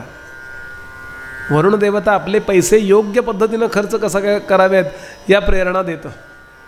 नको तिथे आपण गुंतवले, बँकच बुडाली. भविष्य आपल्या देवतांच्या मध्ये एकही पूजा वरुणाच्या पूजेशिवाय होत नाही. वरुणांना बोलवावंच लागतं. पुढे सांगतात ज्याला विद्याप्राप्तीची इच्छा आहे, भरपूर शिकायचं आहे, त्याने शंकरांची पूजा करावी. बरं,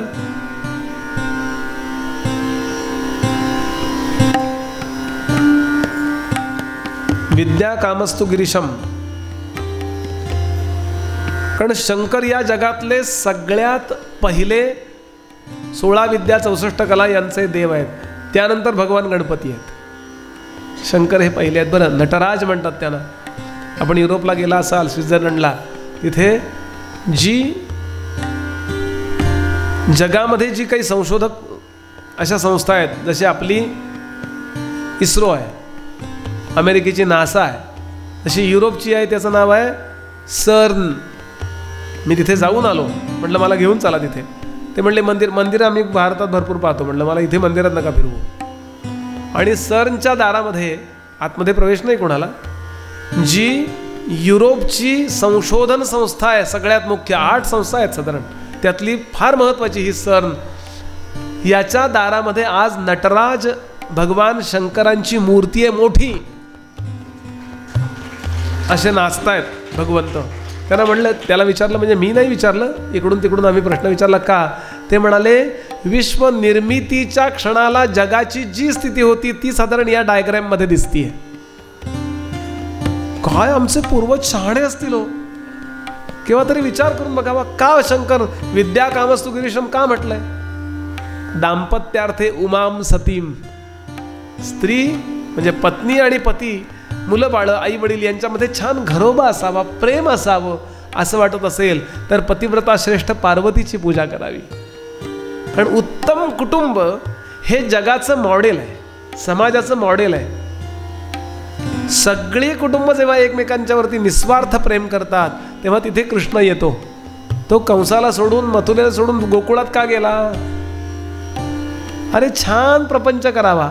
प्रपंच चांगला करायचा अर्थ एकमेकांकरता समर्पण असू द्या, याकरता पार्वती देवीची कृपा महत्वाची आहे. यानंतर सांगितलं धर्मार्थम उत्तम श्लोकम, ज्याला असं वाटतं धर्माचरण करावं त्यानं उत्तम श्लोक म्हणजे विष्णूचं पूजन करावं. त्यानंतर सांगतात ज्याला वंशवृद्धीची इच्छा आहे, मुलं बाळं व्यवस्थित असावीत आणि त्यांचं नीट चालावं, त्यांनी पितरांचं आराधन करावं. श्राद्ध पक्ष हे सगळं वेळच्या वेळेला नीट नेटकं आणि उत्तमात उत्तम करावं. ते म्हणले आम्ही त्या दिवशी अनाथालयामध्ये अन्नदान करतो, त्याचा पितरांशी संबंध नाही, ते पुण्य मिळेल तुम्हाला, पण चक्क व्यवस्थित सच्छुद्ध सात्विक ब्राह्मणांना बोलवून पिंडाचंच दान करा. भले दर्भावर करा, भले चटावर करा, मुद्दाम करा नव्हे. चांगलं करत असाल तर बुवानी बरं सोडवलं आम्हाला. वर्षातनं मला तासभर नाही पितरांना थँक्स म्हणायला. मी अनेक घरं अशी पाहिली आहेत. हल्ली अनेक पत्रिकांच्या मध्ये आपण जेव्हा पाहतो ना, 2 दोष प्रत्येक पत्रिकेमध्ये दिसतात, वास्तुदोष आणि पितरांचा पितृदोष. म्हणून याचा मी प्रचारच करतो हल्ली. मी श्राद्ध चालवायला जाणारा ब्राह्मण नाही. नाही तर बहुतेक प्रवचन संध्याकाळी, सकाळच्या वेळेला तेवढंच आपलं. पण अतिशय अवघड आहे ते चालवणं. तो त्या दिवशी दुपारी जेवला की संध्याकाळी जेवायचं नाही त्यांनी. 1000 गायत्री केली की तो पितरांचा निरोप्या होतो. तुमच्या पितरांचा निरोप्या आहे, त्या ब्राह्मणाला जेवायला वाढलं की ते तुमच्या पितरांपर्यंत पोहोचतं.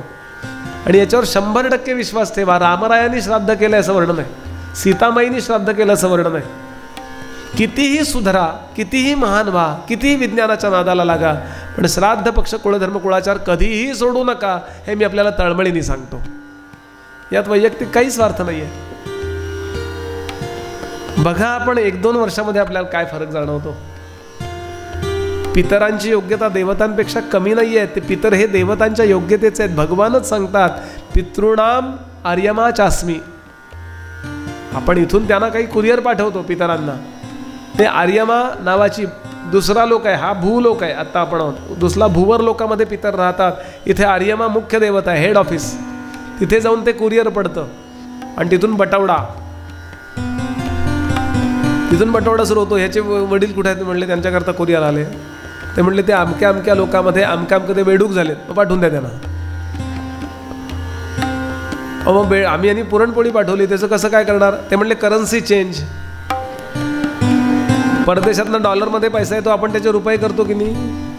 मग या बँकेमध्ये करन्सी चेंजची व्यवस्था असेल तर पुरणपोळीचं शेवाळं करण्याची व्यवस्था भगवंताच्या सुपर जम्बो बँकेत नसेल काय? म्हणून पांडुरंग शास्त्री आठवले सांगायचे, श्रद्धेने करायचं ते श्राद्ध. पण म्हणले आज श्रद्धेचं श्राद्ध झालेलं आहे. आपण हे करणारे आहातच, पण आपण करत नसणाऱ्या लोकांना हे सांगा, हे मी सांगतोय. आणि यात काय स्वार्थ? त्यांचं चांगलं व्हावं एवढा स्वार्थ, बाकी वैयक्तिक काही स्वार्थ नाही. असो. यानंतर त्यांनी सांगितलं की तुम्हाला, अरे काय आमचे पूर्वज छाणे होते, झोप येत नसेल तर मंत्र बनवलेत आमच्याकडे. आत्ता म्हणणार नाही मी.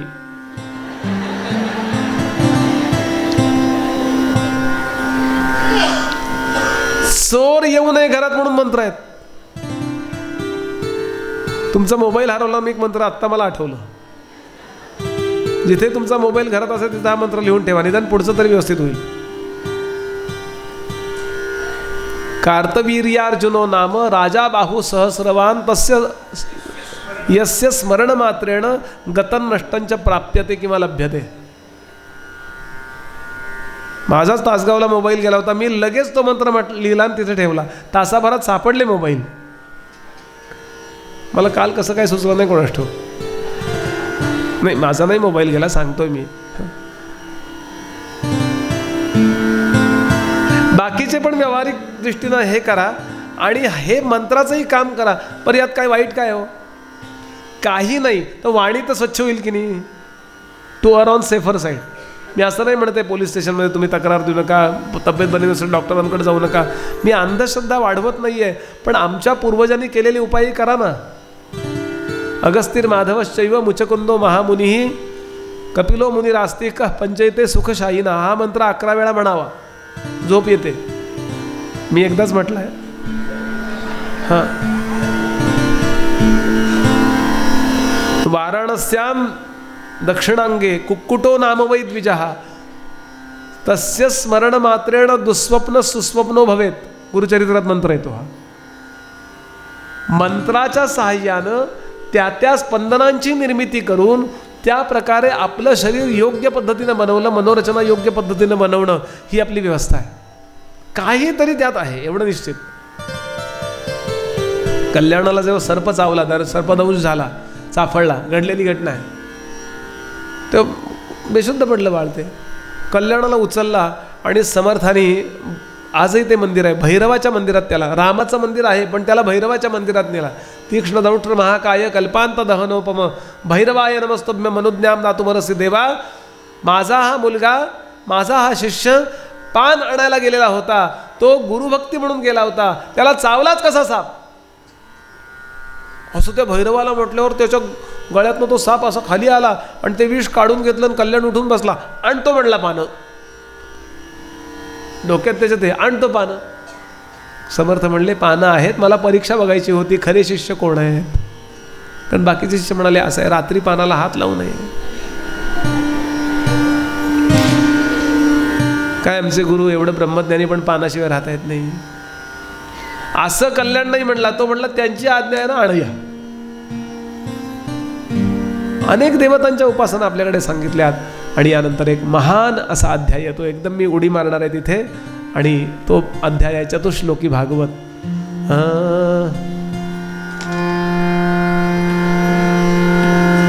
नारायण नारायण श्रीमन्नारायण नारायण नारायण. बोला नारायण नारायण श्रीमन्नारायण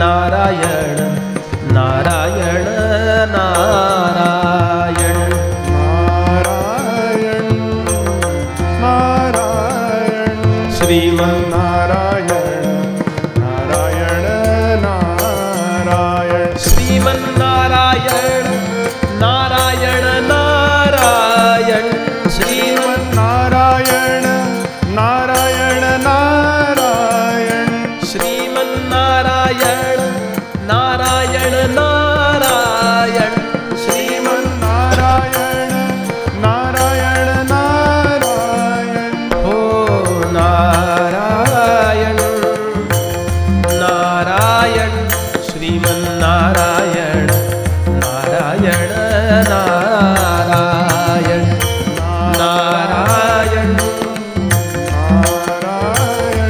श्रीमन्नारायण नारायण नारायण श्रीमन्नारायण नारायण नारायण बोला श्रीमन्नारायण नारायण नारायण श्रीमन्नारायण नारायण नारायण श्रीमन्नारायण नारायण नारायण नारायण नारायण श्रीमन्नारायण नारायण नारायण नारायण नारायण श्रीमन्नारायण नारायण नारायण ओम नमो भगवते वासुदेवाय ओम नमो भगवते वासुदेवाय ओम नमो भगवते. आपल्याला दिलेले जे कागद आहेत ते घ्या, माझ्या बरोबर एकदा म्हणायचं आणि त्याचा अर्थ पाहायचा. 3ऱ्या अध्यायावरनं एकदम मी 9व्या अध्यायापर्यंत आलो. हे संपूर्ण भागवताचं सार आहे. एकूण 7 श्लोक आहेत. त्यातले पहिले 2 श्लोक प्रस्तावना आणि शेवटचा श्लोक फलश्रुतींमधले 4 श्लोक हे चतुश्लोकी भागवत आहे.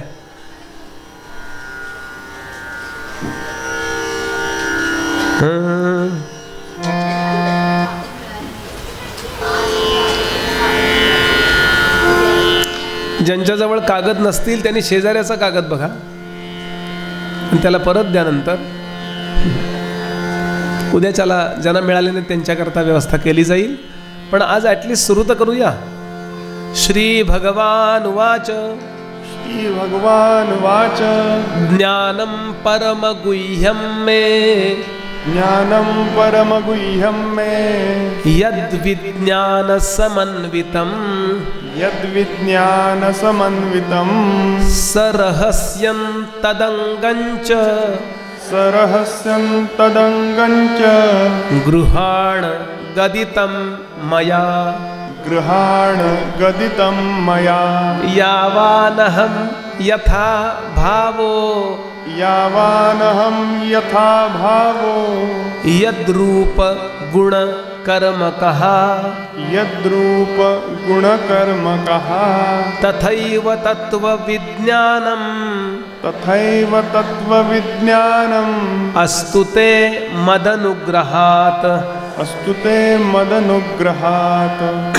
अहमेवासमेवाग्रे अहमेवासमेवाग्रे नान्यद्यत् सदसत्परं नान्यद्यत् सदसत्परं पश्चादहं यदेतच्च पश्चादहं यदेतच्च यो वशिष्येत सोऽस्म्यहम् यो वशिष्येत सोऽस्म्यहम् ऋतेऽर्थं यत् प्रतीयेत ऋतेऽर्थं यत् प्रतीयेत न प्रतीयेत चात्मनि न प्रतीयेत चात्मनि तद्विद्यादात्मनो मायां तद्विद्यादात्मनो मायां यथा भासो यथा तमः यथा भासो यथा तमः यथा महान्ति भूतानि यथा महान्ति भूतानि भूतेषु चावचेष्वनु भूत तेषु चावचेष्वनु प्रविष्टान्यप्रविष्टानि प्रविष्टान्यप्रविष्टानि तथा तेषु न तेष्वहम् तथा तेषु न तेष्वहम् एतावदेव जिज्ञास्यम् एतावदेव जिज्ञास्यम् तत्त्वजिज्ञासुनात्मनः तत्त्वजिज्ञासुनात्मनः अन्वयव्यतिरेकाभ्याम् अन्वयव्यतिरेकाभ्याम् यत्स्यात् सर्वत्र सर्वदा यस्यात् सर्वत्र सर्वदा एतन्मतं समातिष्ठ एतन्मतं समातिष्ठ परमेण समाधिना परमेण समाधिना भवान् कल्पविकल्पेषु भवान् कल्पविकल्पेषु न विमुह्यति कर्हिचित् न विमुह्यति कर्हिचित्। श्री गोपाल कृष्ण भगवान की। श्रोते हो, प्रपंच करीत असताना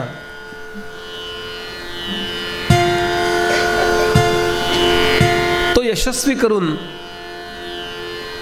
परमार्थही यशस्वी करावा असं ज्यांना वाटतं त्यांनी आपल्या चिंतनात काय ठेवावं ते हे श्लोक आहेत. प्रपंच नेटका करायलाच पाहिजे. समर्थ म्हणाले प्रपंच करावा नेटका, पण मग घ्यावे परमार्थ विवेकाचं काय आणि परमार्थाचा विवेक म्हणजे काय.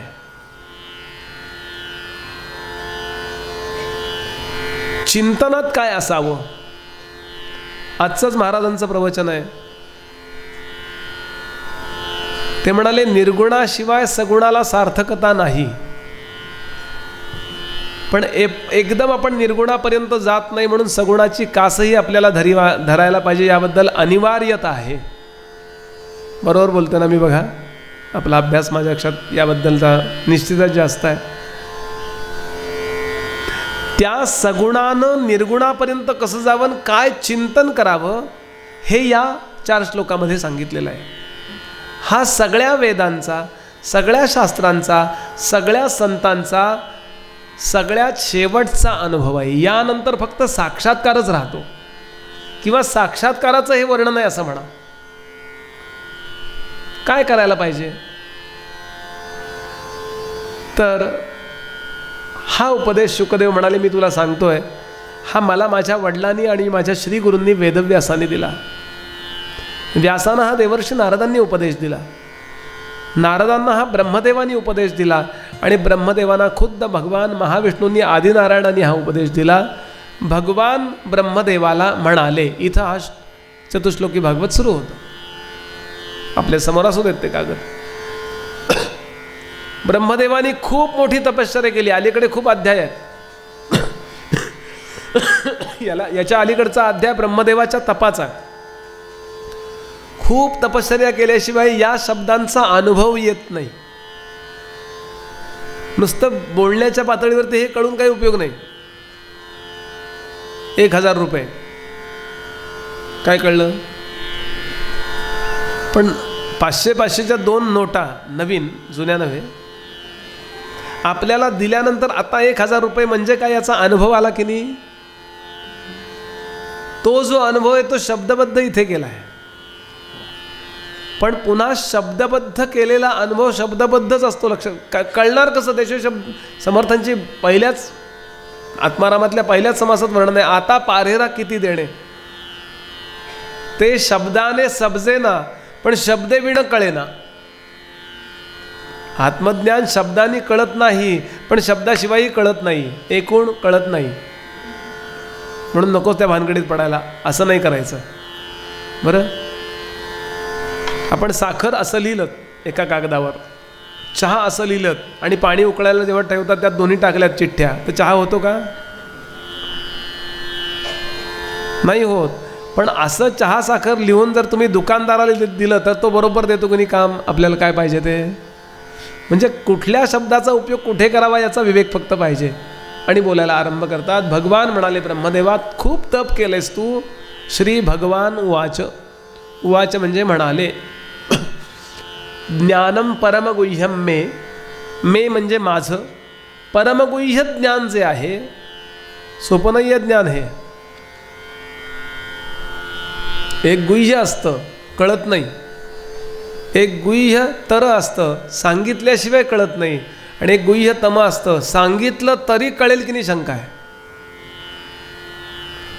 असं परमगुह्य अत्यंत, इथे तो परमात्मा मध्ये भरलेला आहे आकाशात, पण आपल्याला स्पेस अवकाश दिसतंय, पण त्यातला परमात्मा दिसत नाहीये. कारण या डोळ्याने तो दिसावा ही व्यवस्थाच नाहीये.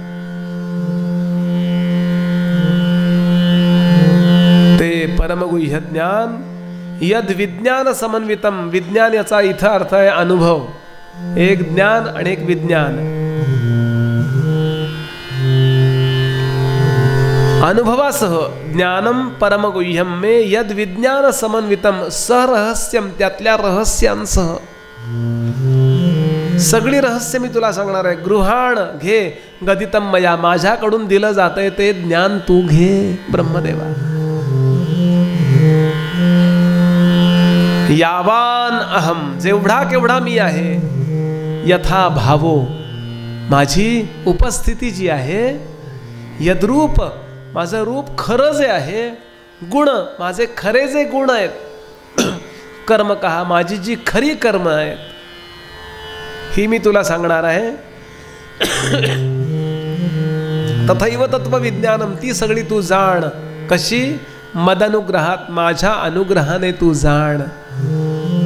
ज्याच्यावरती भगवंताची कृपा होते त्याच्याकरता या चिंतनाची व्यवस्था उपलब्ध होते.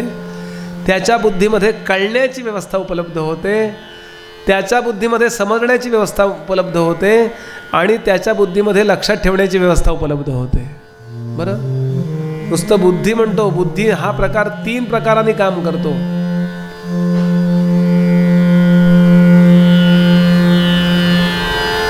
एक धृती, एक स्मृती आणि एक मेधा. या तिन्हीला म्हणून बुद्धी म्हणतात. बरं, आणि याच्यामध्ये परमात्म्याचं प्रतिबिंब पडलंय म्हणून आपण विचार करू शकतो.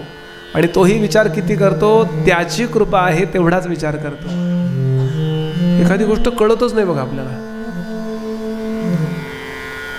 पण कळत नाही ही गोष्ट कुणाला कळली? ज्याला कळत नाही हे कळलं त्याला मला हे कळत नाही हे कळलं की नाही. पण आपल्याला हे कळत नाही हेही ज्यांना कळत नाही. कळलं का? भगवान सांगतात माझा अनुग्रह नाही त्यांच्यावर. असतो ते मदनुग्रहात. खूप सूक्ष्म आहे हो. समर्थांची दासबोधातली ओवी. जर तत्वज्ञानाचं नीट चिंतन करायला गेलात ना तर विवरता विवरता मनाचे फडके होती. लखतर होतात, चिंध्या होतात मनाच्या. इतका विचार आपल्या फक्त सिरियल बघत बघत चिंध्या होतात आमच्या मनाच्या. आणि ही सिरियल कुठली ती सिरियल कुठली, त्याचं दोन्हीचं मिळून स्वप्न पडावं मग तो विषयच मिटला.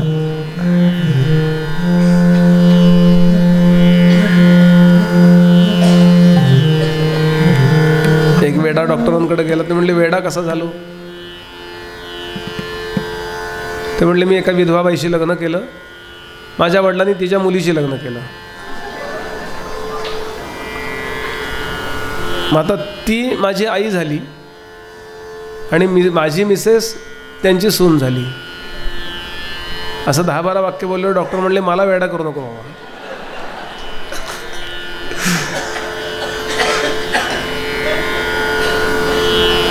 एक विचार करून बघा. एखादी गोष्ट आपल्याला कळतच नाही. का कळत नाही हो?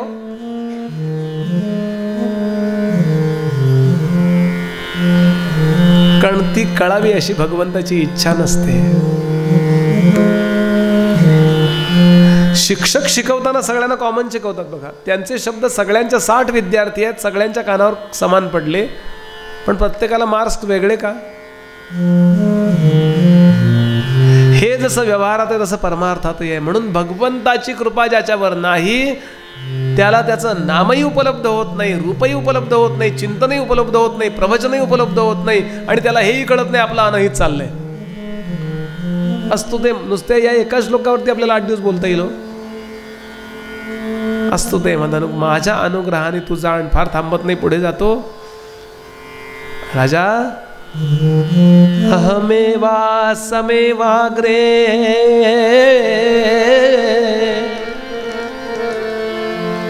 संपूर्ण विश्वनिर्माण अजून तुला करायचं आहे. त्यापूर्वी तुला निर्माण मी केलाय, त्यापूर्वी मी आहे.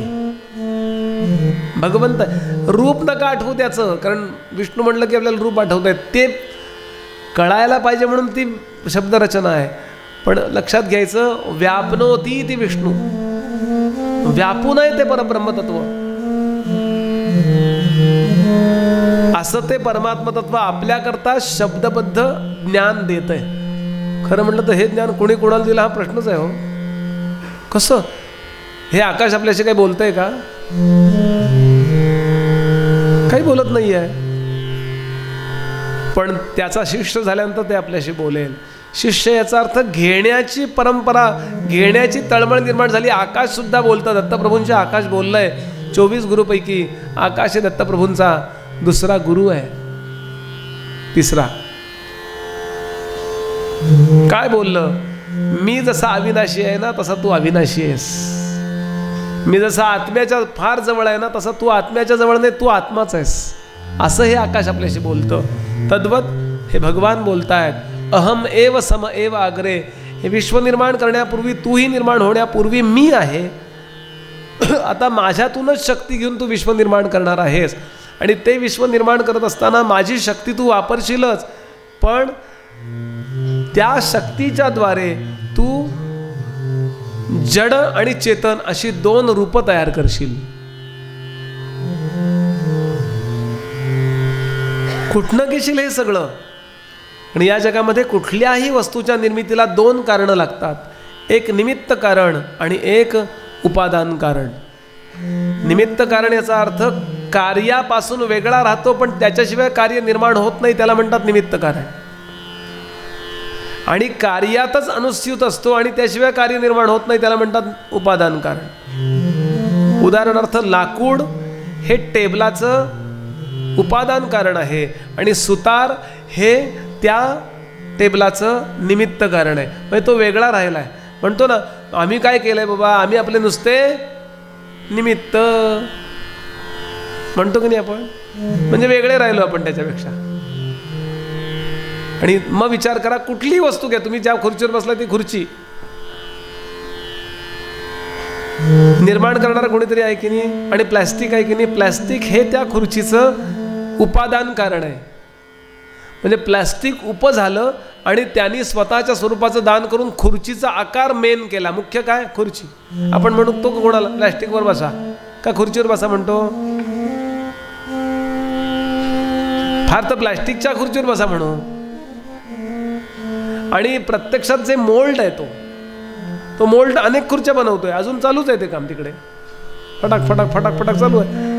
तो त्या खुर्चीपेक्षा वेगळा आहे, पण त्याच्याशिवाय त्याला तो मोल्ड येणार नाही प्लॅस्टिकला, म्हणून त्याला म्हणायचं निमित्त कारण. कार्यापेक्षा वेगळा राहतो पण त्याच्याशिवाय कार्य बनत नाही, त्याला म्हणायचं निमित्त कारण. बरं, भगवान म्हणाले संपूर्ण विश्वाला निमित्त आणि उपादान कारण मी आहे. अहम एव सम एव अग्रे. सुरुवातीला फक्त मी आहे. विश्व निर्माण झाल्यानंतर सुद्धा विश्वरूपानं मी आहे. प्लॅस्टिक म्हणते खुर्ची होण्यापूर्वी मी प्लॅस्टिक आहे. खुर्ची निर्माण झाल्यानंतर खुर्चीच्या आकारामध्ये मी प्लॅस्टिकच आहे. आणि खुर्ची वितळवली तरी मी त्यातल्या प्लॅस्टिकपणाचा बाद नाही ना होणार आहे. प्लॅस्टिक आहेच आहे काय. अहम एव सम एव अग्रे नान्यद्यत् सदसत् परम पश्चादहम यदेतच. काय उरेल? यो वशिष्येत सोऽस्म्यहम. हे चिंतन फक्त आज चाललं पाहिजे. पुढे सांगतात ऋतेर्थम यत् प्रतीयेत न प्रतीयेत च आत्मनी. ब्रह्मदेवा, माझा बोध जेव्हा तू निर्माण केलेल्या जीवांना होईल, माझा स्वच्छ बोध मी कळेल लोकांना, त्या क्षणाला विश्वातले नामरूपात्मक जेवढे पदार्थ आहेत त्याचा मोह बंद होईल. न प्रतीयेत च आत्मनी. आज आपण प्रत्येक गोष्टीत इंटरेस्टनी बघतो, यात मला काय मिळेल. प्रत्येक गोष्टीशी आपला संबंध आहे, अनुकूल व प्रतिकूल भावाने प्रत्येक गोष्टीचे संबंध आहे. या 2 बॉक्सशी माझा संबंध आहे प्रवचन संपेपर्यंत, अनुकूल भावानी. यातनं चांगला आवाज आला की मला हे 2 बॉक्स आवडतात, आणि नाही आला की काय आवाज येते काय. या जगातल्या प्रत्येक गोष्टीची आपण अनुकूल वा प्रतिकूल भावानी जुळलेलो आहोत. लक्षात घ्या, कुठल्याही गोष्टीचा आपल्या शत्रूशी आपण प्रतिकूल भावानी जुळलेलो आहोत, आणि आपल्या मित्राशी आपण अनुकूल भावनेने जुळलेले आहोत. ज्या क्षणाला आपल्याला हा बोध होतो की मी ब्रह्म आहे, म्हणजे पूर्ण समाधान, पूर्ण तृप्ती, आत्मज्ञान जेव्हा होतं, त्या क्षणाला अनुकूल प्रतिकूल भाव संपतो, आणि दिस इज जस्ट रुटीन. संत असे आहेत, म्हणून संत कुठल्याही गोष्टीनं रिॲक्ट होत नाहीत. बघा, सखूबाई म्हणाल्या, संत सखू सासू मज मारो घेओ माझा प्राण. सासूने मला ठार मारलं तरी मी सासूचा द्वेष करणार नाही, मी पांडुरंगाकडे जाणारच जाणार. म्हणतात की नाही. ती कुठल्या आपल्या मैत्रिणीला सासू सहस्रनाम ऐकवते का? ते म्हटले विष्णू सहस्रनाम नाही, पण आम्ही सासू सहस्रनाम रोज म्हणतो, किंवा सून सहस्रनाम. भगवान सांगतात, ऋतेर्थम यत् प्रतीयेत न प्रतीयेत च आत्मनि. आपण सगळेच्या सगळे अज्ञान दशेत असलेले, कोणी ज्ञानी असेल तर त्याच्याकरता माझंही वाक्य नाही, जगामध्ये प्रतिकूल व अनुकूल भावनेनेच गुंतलेलो आहोत. बघा, सगळे कुठेही. हॉल चांगला आहे तसा, पण अजून जरा मोठा पाहिजे होता. आहे की नाही? काय संबंध आहे का माझ्या हॉलमध्ये? आयुष्यात कधी येईन पुन्हा? पण एक क्षणभर गेलं नाही, बाकी सगळी व्यवस्था चांगली, पण इथे बाथरूम पाहिजे होते. आहे की नाही डोक्यात काहीतरी? प्रत्येक गोष्टीची आपण अनुकूल प्रतिकूल भावनेनं गुंतलेलो आहोत. याचं कारण आपल्याला सत्याचं ज्ञान नाही आहे. भगवान सांगतात, ऋतेर्थम यत् प्रतीयेत न प्रतीयेत च आत्मनि. माझ्यामध्ये जेव्हा लोक स्थित होतात, जीव स्थित होतात, त्या क्षणाला या विश्वाचा अनुकूल प्रतिकूलात्मक भाव संपतो, आणि फक्त मीच त्यांना दिसायला लागतो. पण ज्यांना हा भाव प्राप्त झालेला नाही, ज्यांना आपपर भाव शिल्लक आहे, त्यांच्या बुद्धीवरती माझी माया काम करते. तद्विद्याद आत्मनो, पुढचा अर्धा श्लोक, तत्विद्याद आत्मनो मायाम यथा भासो यथा तमः. माझी विश्वमोहिनी माया जी आहे ना, ती कार्य करते, आणि त्यामुळे स्वच्छ असून सुद्धा ते दिसत नाही, आणि जे नाहीये ते दिसतं. एक पेशंट गेला डॉक्टरांकडे, डॉक्टर डोळ्याच्या डॉक्टरांकडे, मला सगळं 2-2 दिसतं हो.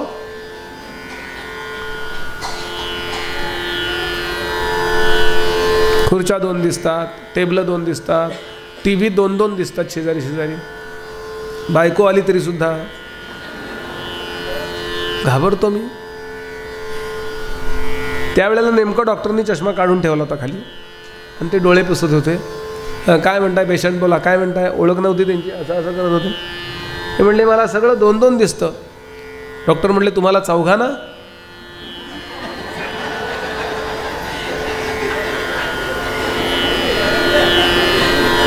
तर फार गंभीर होऊ नये म्हणून मी थोडासा एक विनोद केला. आपल्याला वेगळं वेगळं दिसतंय. बघा, मधलं आकाश वेगळं दिसतंय, माणूस वेगळा बसलेला दिसतोय, हे बॉक्स वेगळं दिसतंय, मधले ही फुलं वेगळी दिसत आहेत. नाम आणि रूपात्मक असणारं हे विश्व वेगळं वेगळं दिसतं. का दिसतंय? याचं कारण या सगळ्याचं मटेरियल एक आहे, इथपर्यंत माझी बुद्धी गेलेली नाही आहे. आता साधा मुद्दा, एखाद्या सोनारानं समोर वस्तू मांडल्या, अंगठ्या मांडल्या, बिलवर मांडले, चपलहार मांडले, बोरमाळ मांडली, त्याला त्यातलं काय दिसतं हो? आकार दिसतात का सोनं दिसतं? आकार दिसतातच त्याला, पण तो मोजतो काय? त्याला फक्त सुवर्णाचाच बोध आहे. लक्षात घ्याल. तसा संतांना या सगळ्या विश्वातल्या ब्रह्मतत्वाचा, ईश्वरत्वाचा बोध आहे. विद्या विनय संपन्ने ब्राह्मणे गवी हस्तिनी शुनिचैव स्वपाकेच पंडिता समदर्शिनः. गीता.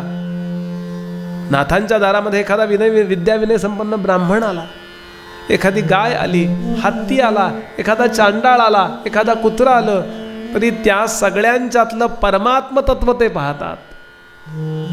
त्यांच्या उपाधीचं अन्न त्यांना देतात. त्यांच्या उपाधीचं अन्न काय आहे?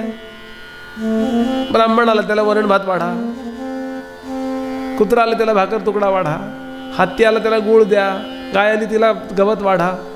का असं करतात ना? नाही, सगळ्यांच्यात एकच परमात्मा आहे, सगळ्यांनी गवत खा. हल्लीचे विचारवंत हे असं म्हणतायत. उपाधी वेगवेगळी आहे ना, त्यांचे आकार वेगवेगळे, त्या आकाराचं अन्न वेगवेगळं आहे, पण त्यातला परमात्मा एकच आहे. म्हणून मायेचा माझ्यावरती प्रभाव आहे कसं समजायचं? आकार विभिन्न दिसायला हरकत काहीच नाहीये, ते असणारच आहे, पण या आकाराच्या पलीकडचा निराकार पाहता येतो, तो खरा भगवत भक्त. असं 11व्या स्कंधात पुढे हरी बोलणारच आहेत. कवी हरी अंतरिक्ष ही 9 योगेश्वर आहेत ना, त्यातले कवी बोलतात की या सगळ्याचं एकच परमात्म तत्व आहे. हे संतांच्या बुद्धीमध्ये पक्क असतं. भगवान सांगतात माझी माया कार्य करते आणि म्हणून त्या जीवांना ते दिसणार नाहीये. मग उपाय काय करायचा? पुढे सांगतात यथा महांती भूतानी. 3रा श्लोक. यथा महांती भूतानी भूतेषु च वचेष्वनु प्रविष्टान्य प्रविष्टानि तथा तेषु न तेष्वहम. एक 5-7-10 मिनिटात थांबणार आहे बरं मी. भागवत राहिलं बाजूला, वेळेवर संपते की नाही, वेळेवर असं नको. खूप काळजीपूर्वक ऐका. हे कसं आहे माहितीये का? तुमच्या जीवनामध्ये तुम्ही हे चिंतन ICUत असताना सुद्धा करू शकता. बाकी पूजेला, अर्चेला, संध्येला, स्नानाला, सगळ्याला तुम्हाला तब्येत फारच फिट पाहिजे. तब्येत चांगली असतानाच हे चिंतन करायचं. म्हणजे तेव्हा हे चिंतन जर रोज करत गेलो तर एक वेळ अशी येते की इथे क्लिक होतं आणि साक्षात्कार होतो. सगळ्या संतांनी हेच केलंय. हो, समर्थ सांगतात मननशील लोकांपाशी अखंड देव अहर्निशी पाहता तयांच्या पूर्वसंचिताशी जोडा नाही. सगळ्यात पुण्य कशाला? अन्नदानाला आहे का?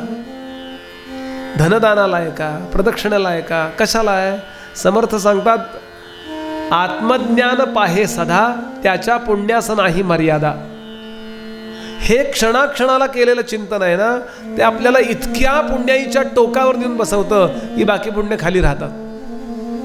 ज्या वेळेला जी शक्य आहे ती पुण्य करावीत, पण सर्वश्रेष्ठ हे चिंतन ज्ञानोबा हे चिंतन करतात. आणि म्हणून लिहितात विश्वाचे आर्त माझे मनी प्रकाशले. हे या चिंतनानंतर आलेलं आहे, लक्षात घ्या. यथा महांती भूतानी भूतेषु च वचेष्वनु प्रविष्टान्य प्रविष्टानि तथा तेषु न तेष्वहम. या संपूर्ण विश्वामध्ये पंचमहाभूत एकमेकामध्ये बेमालूम पद्धतीने मिसळलेली आहेत. तसा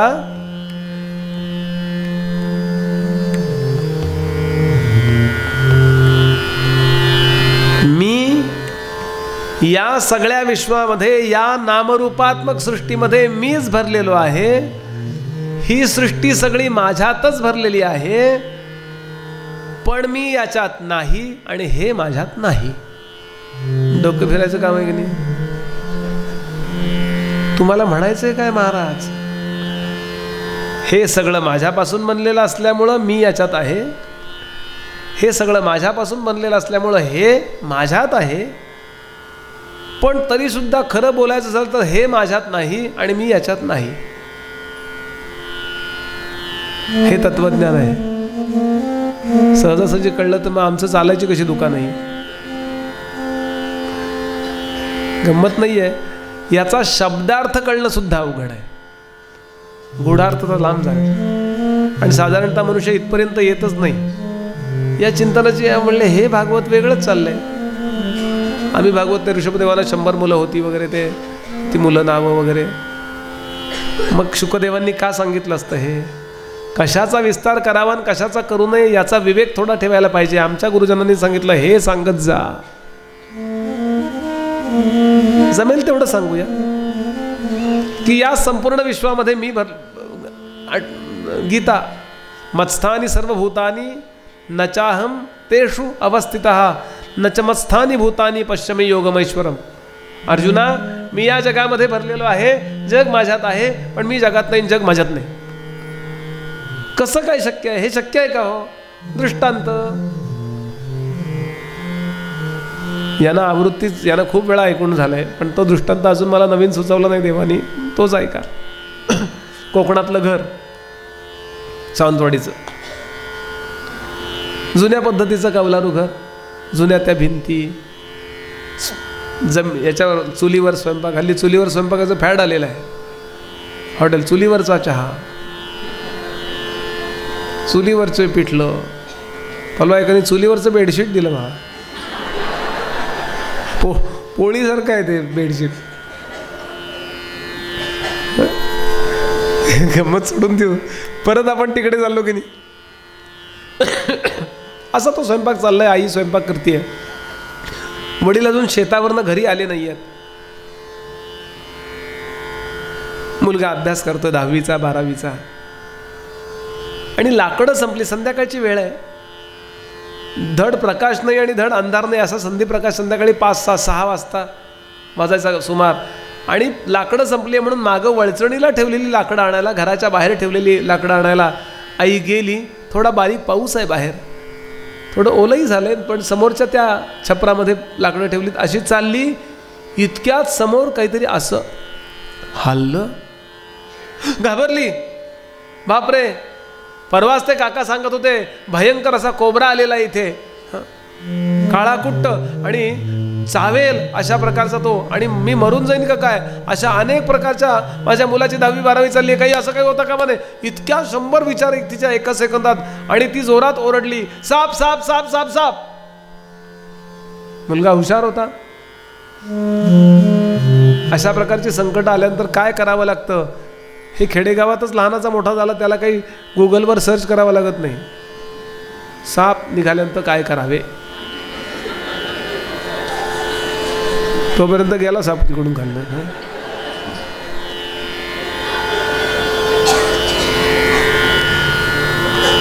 मला काही त्याची त्या व्यवस्थेवर निंदा नाही करायची आहे, चांगलंच आहे ते. पण सगळ्यांनी लक्षात ठेवावं, जगातलं सगळं ज्ञान अजून अपलोडच झालेलं नाही आहे गुगलवर. म्हणून त्याचाही लाभ घ्या आणि याचाही लाभ घ्या. बरं, मुलगा शहाणा होता. पटकन बॅटरी उचलली, काठी उचलली आणि धावत आला. आई आई थांब थांब, हालू नकोस, तशीच थांब. मी कुठे आहे साप, कुठे आहे साप.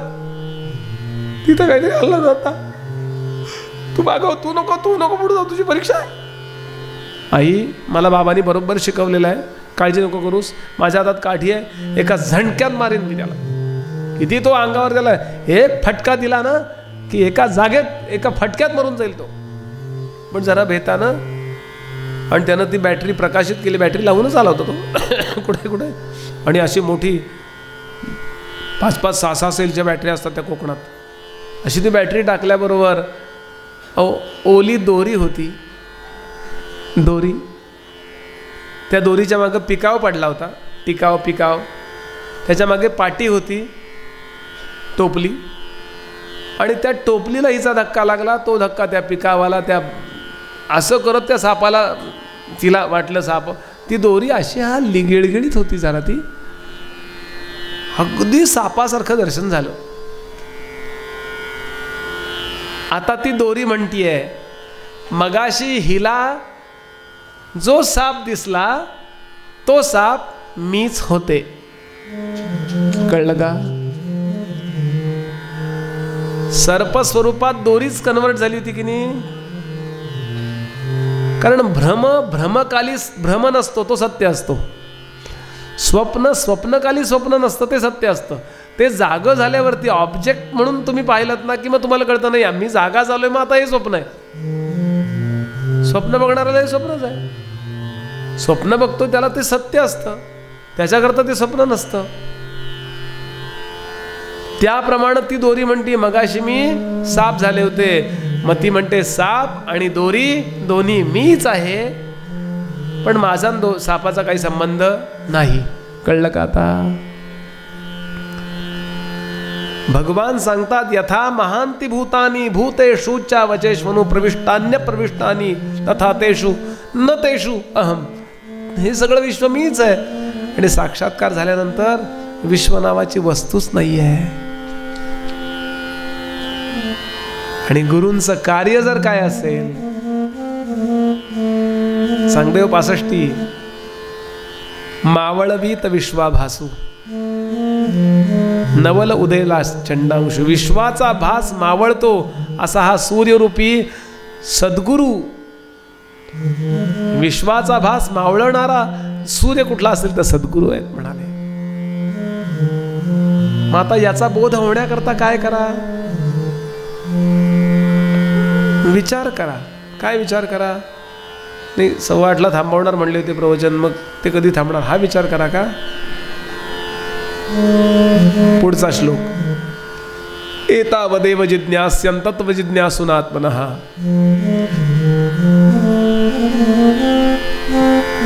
अन्वय व्यतिरेकाभ्याम यत् स्यात् सर्वत्र सर्वदा.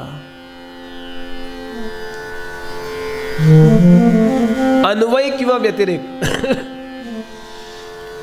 बुवा, ते तुम्ही ते घरातल्या देवाची पूजा बिजा ते काहीच सांगितलं नाहीत. त्या माध्यमातनं किंवा ते माध्यम नसेल तरी सुद्धा कुठलीही वस्तू एक घ्या आणि विचार करा की परमात्म्यापासून ही जर बनली असेल तर ही परमात्माच आहे. देव सगुण का निर्गुण भानगडीत पडू नका. कारण काही लोक कसे असे बायस होऊन जातात बघा. एक प्रकारे त्यांच्यात सांप्रदायिक अभिनिवेश येऊन जातो. आमचे सद्गुरू, चांगलीच गोष्ट आहे, पण आमचे सद्गुरू दुसरे कोणीच नाहीत तसे. याचा अर्थ दुसरं जे आहे त्यात माझे सद्गुरू नाही आहेत. मी माझ्या गुरुचा अपमान केला का मान केला हो? म्हणून कुठल्याही वादात संत कधी पडत नाही. गोंदवलेकर महाराज परंपरेतले अधिकारी सत्पुरुष होऊन गेले. अकोल्याला, साखरखेर्ड्याला श्री प्रल्हाद महाराज. भागवत सांगायचे केवढा अधिकार. महाराज अकोल्याला, साखरखेर्ड्याला मी अनेकदा जातो. मी महाराजांना पाहिलं नाहीये पण माईंना पाहिलंय. मी सुधाकरराव खेरड्यांकडे खामगावला उतरायच्या माईबाई. खूपच अधिकार. काही पब्लिक गेलं होतं त्यांच्याकडे. वारकरी श्रेष्ठ का धारकरी रामदासी श्रेष्ठ असं विचारायला गेले होते. महाराज म्हणले अजून प्रश्न विचारलाच नाही, जेवायला बसले. जेवण करा म्हणले, आपण बोलू नंतर. आणि महाराजांना प्रश्न विचारायला आले. महाराज त्यांना काहीच बोलले नाहीत, समोरच्याशी बोलत होते. ते म्हणाले लक्षात ठेवा, उष्ट्या पत्रावळीवरती जेवणाऱ्यानं कधी वाद घालू नये. आपण काय व्यास वाल्मिकी आहोत का निर्माण करायला एखादं वाङ्मय? कुठलाही महान संत कुठल्याही जीवनात असा बायसली एकांगी विचार करत नाही. आला प्रश्न मनात त्यालाच विचारतो, काय म्हणू रे कृष्णा तुला सगुण म्हणू का निर्गुण रे? ज्ञानोबांचा प्रसिद्ध अभंग आहे ना. शब्द प्रमाणाने कळत नाही, प्रत्यक्ष प्रमाणाने कळत नाही, अनुमान प्रमाणाने कळत नाही. अनुमानेना अनुमानेना अनुमानेना अनुमानेना अनुमानेना अनुमानेना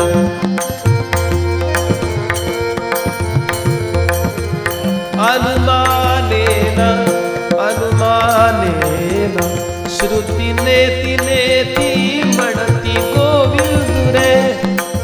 नेती नेती म्हणती गोविंद रे. गोविंद रे एक गोविंद रे तुझा सगुण म्हणो की निर्गुण रे. तुझा सगुण म्हणो की निर्गुण रे.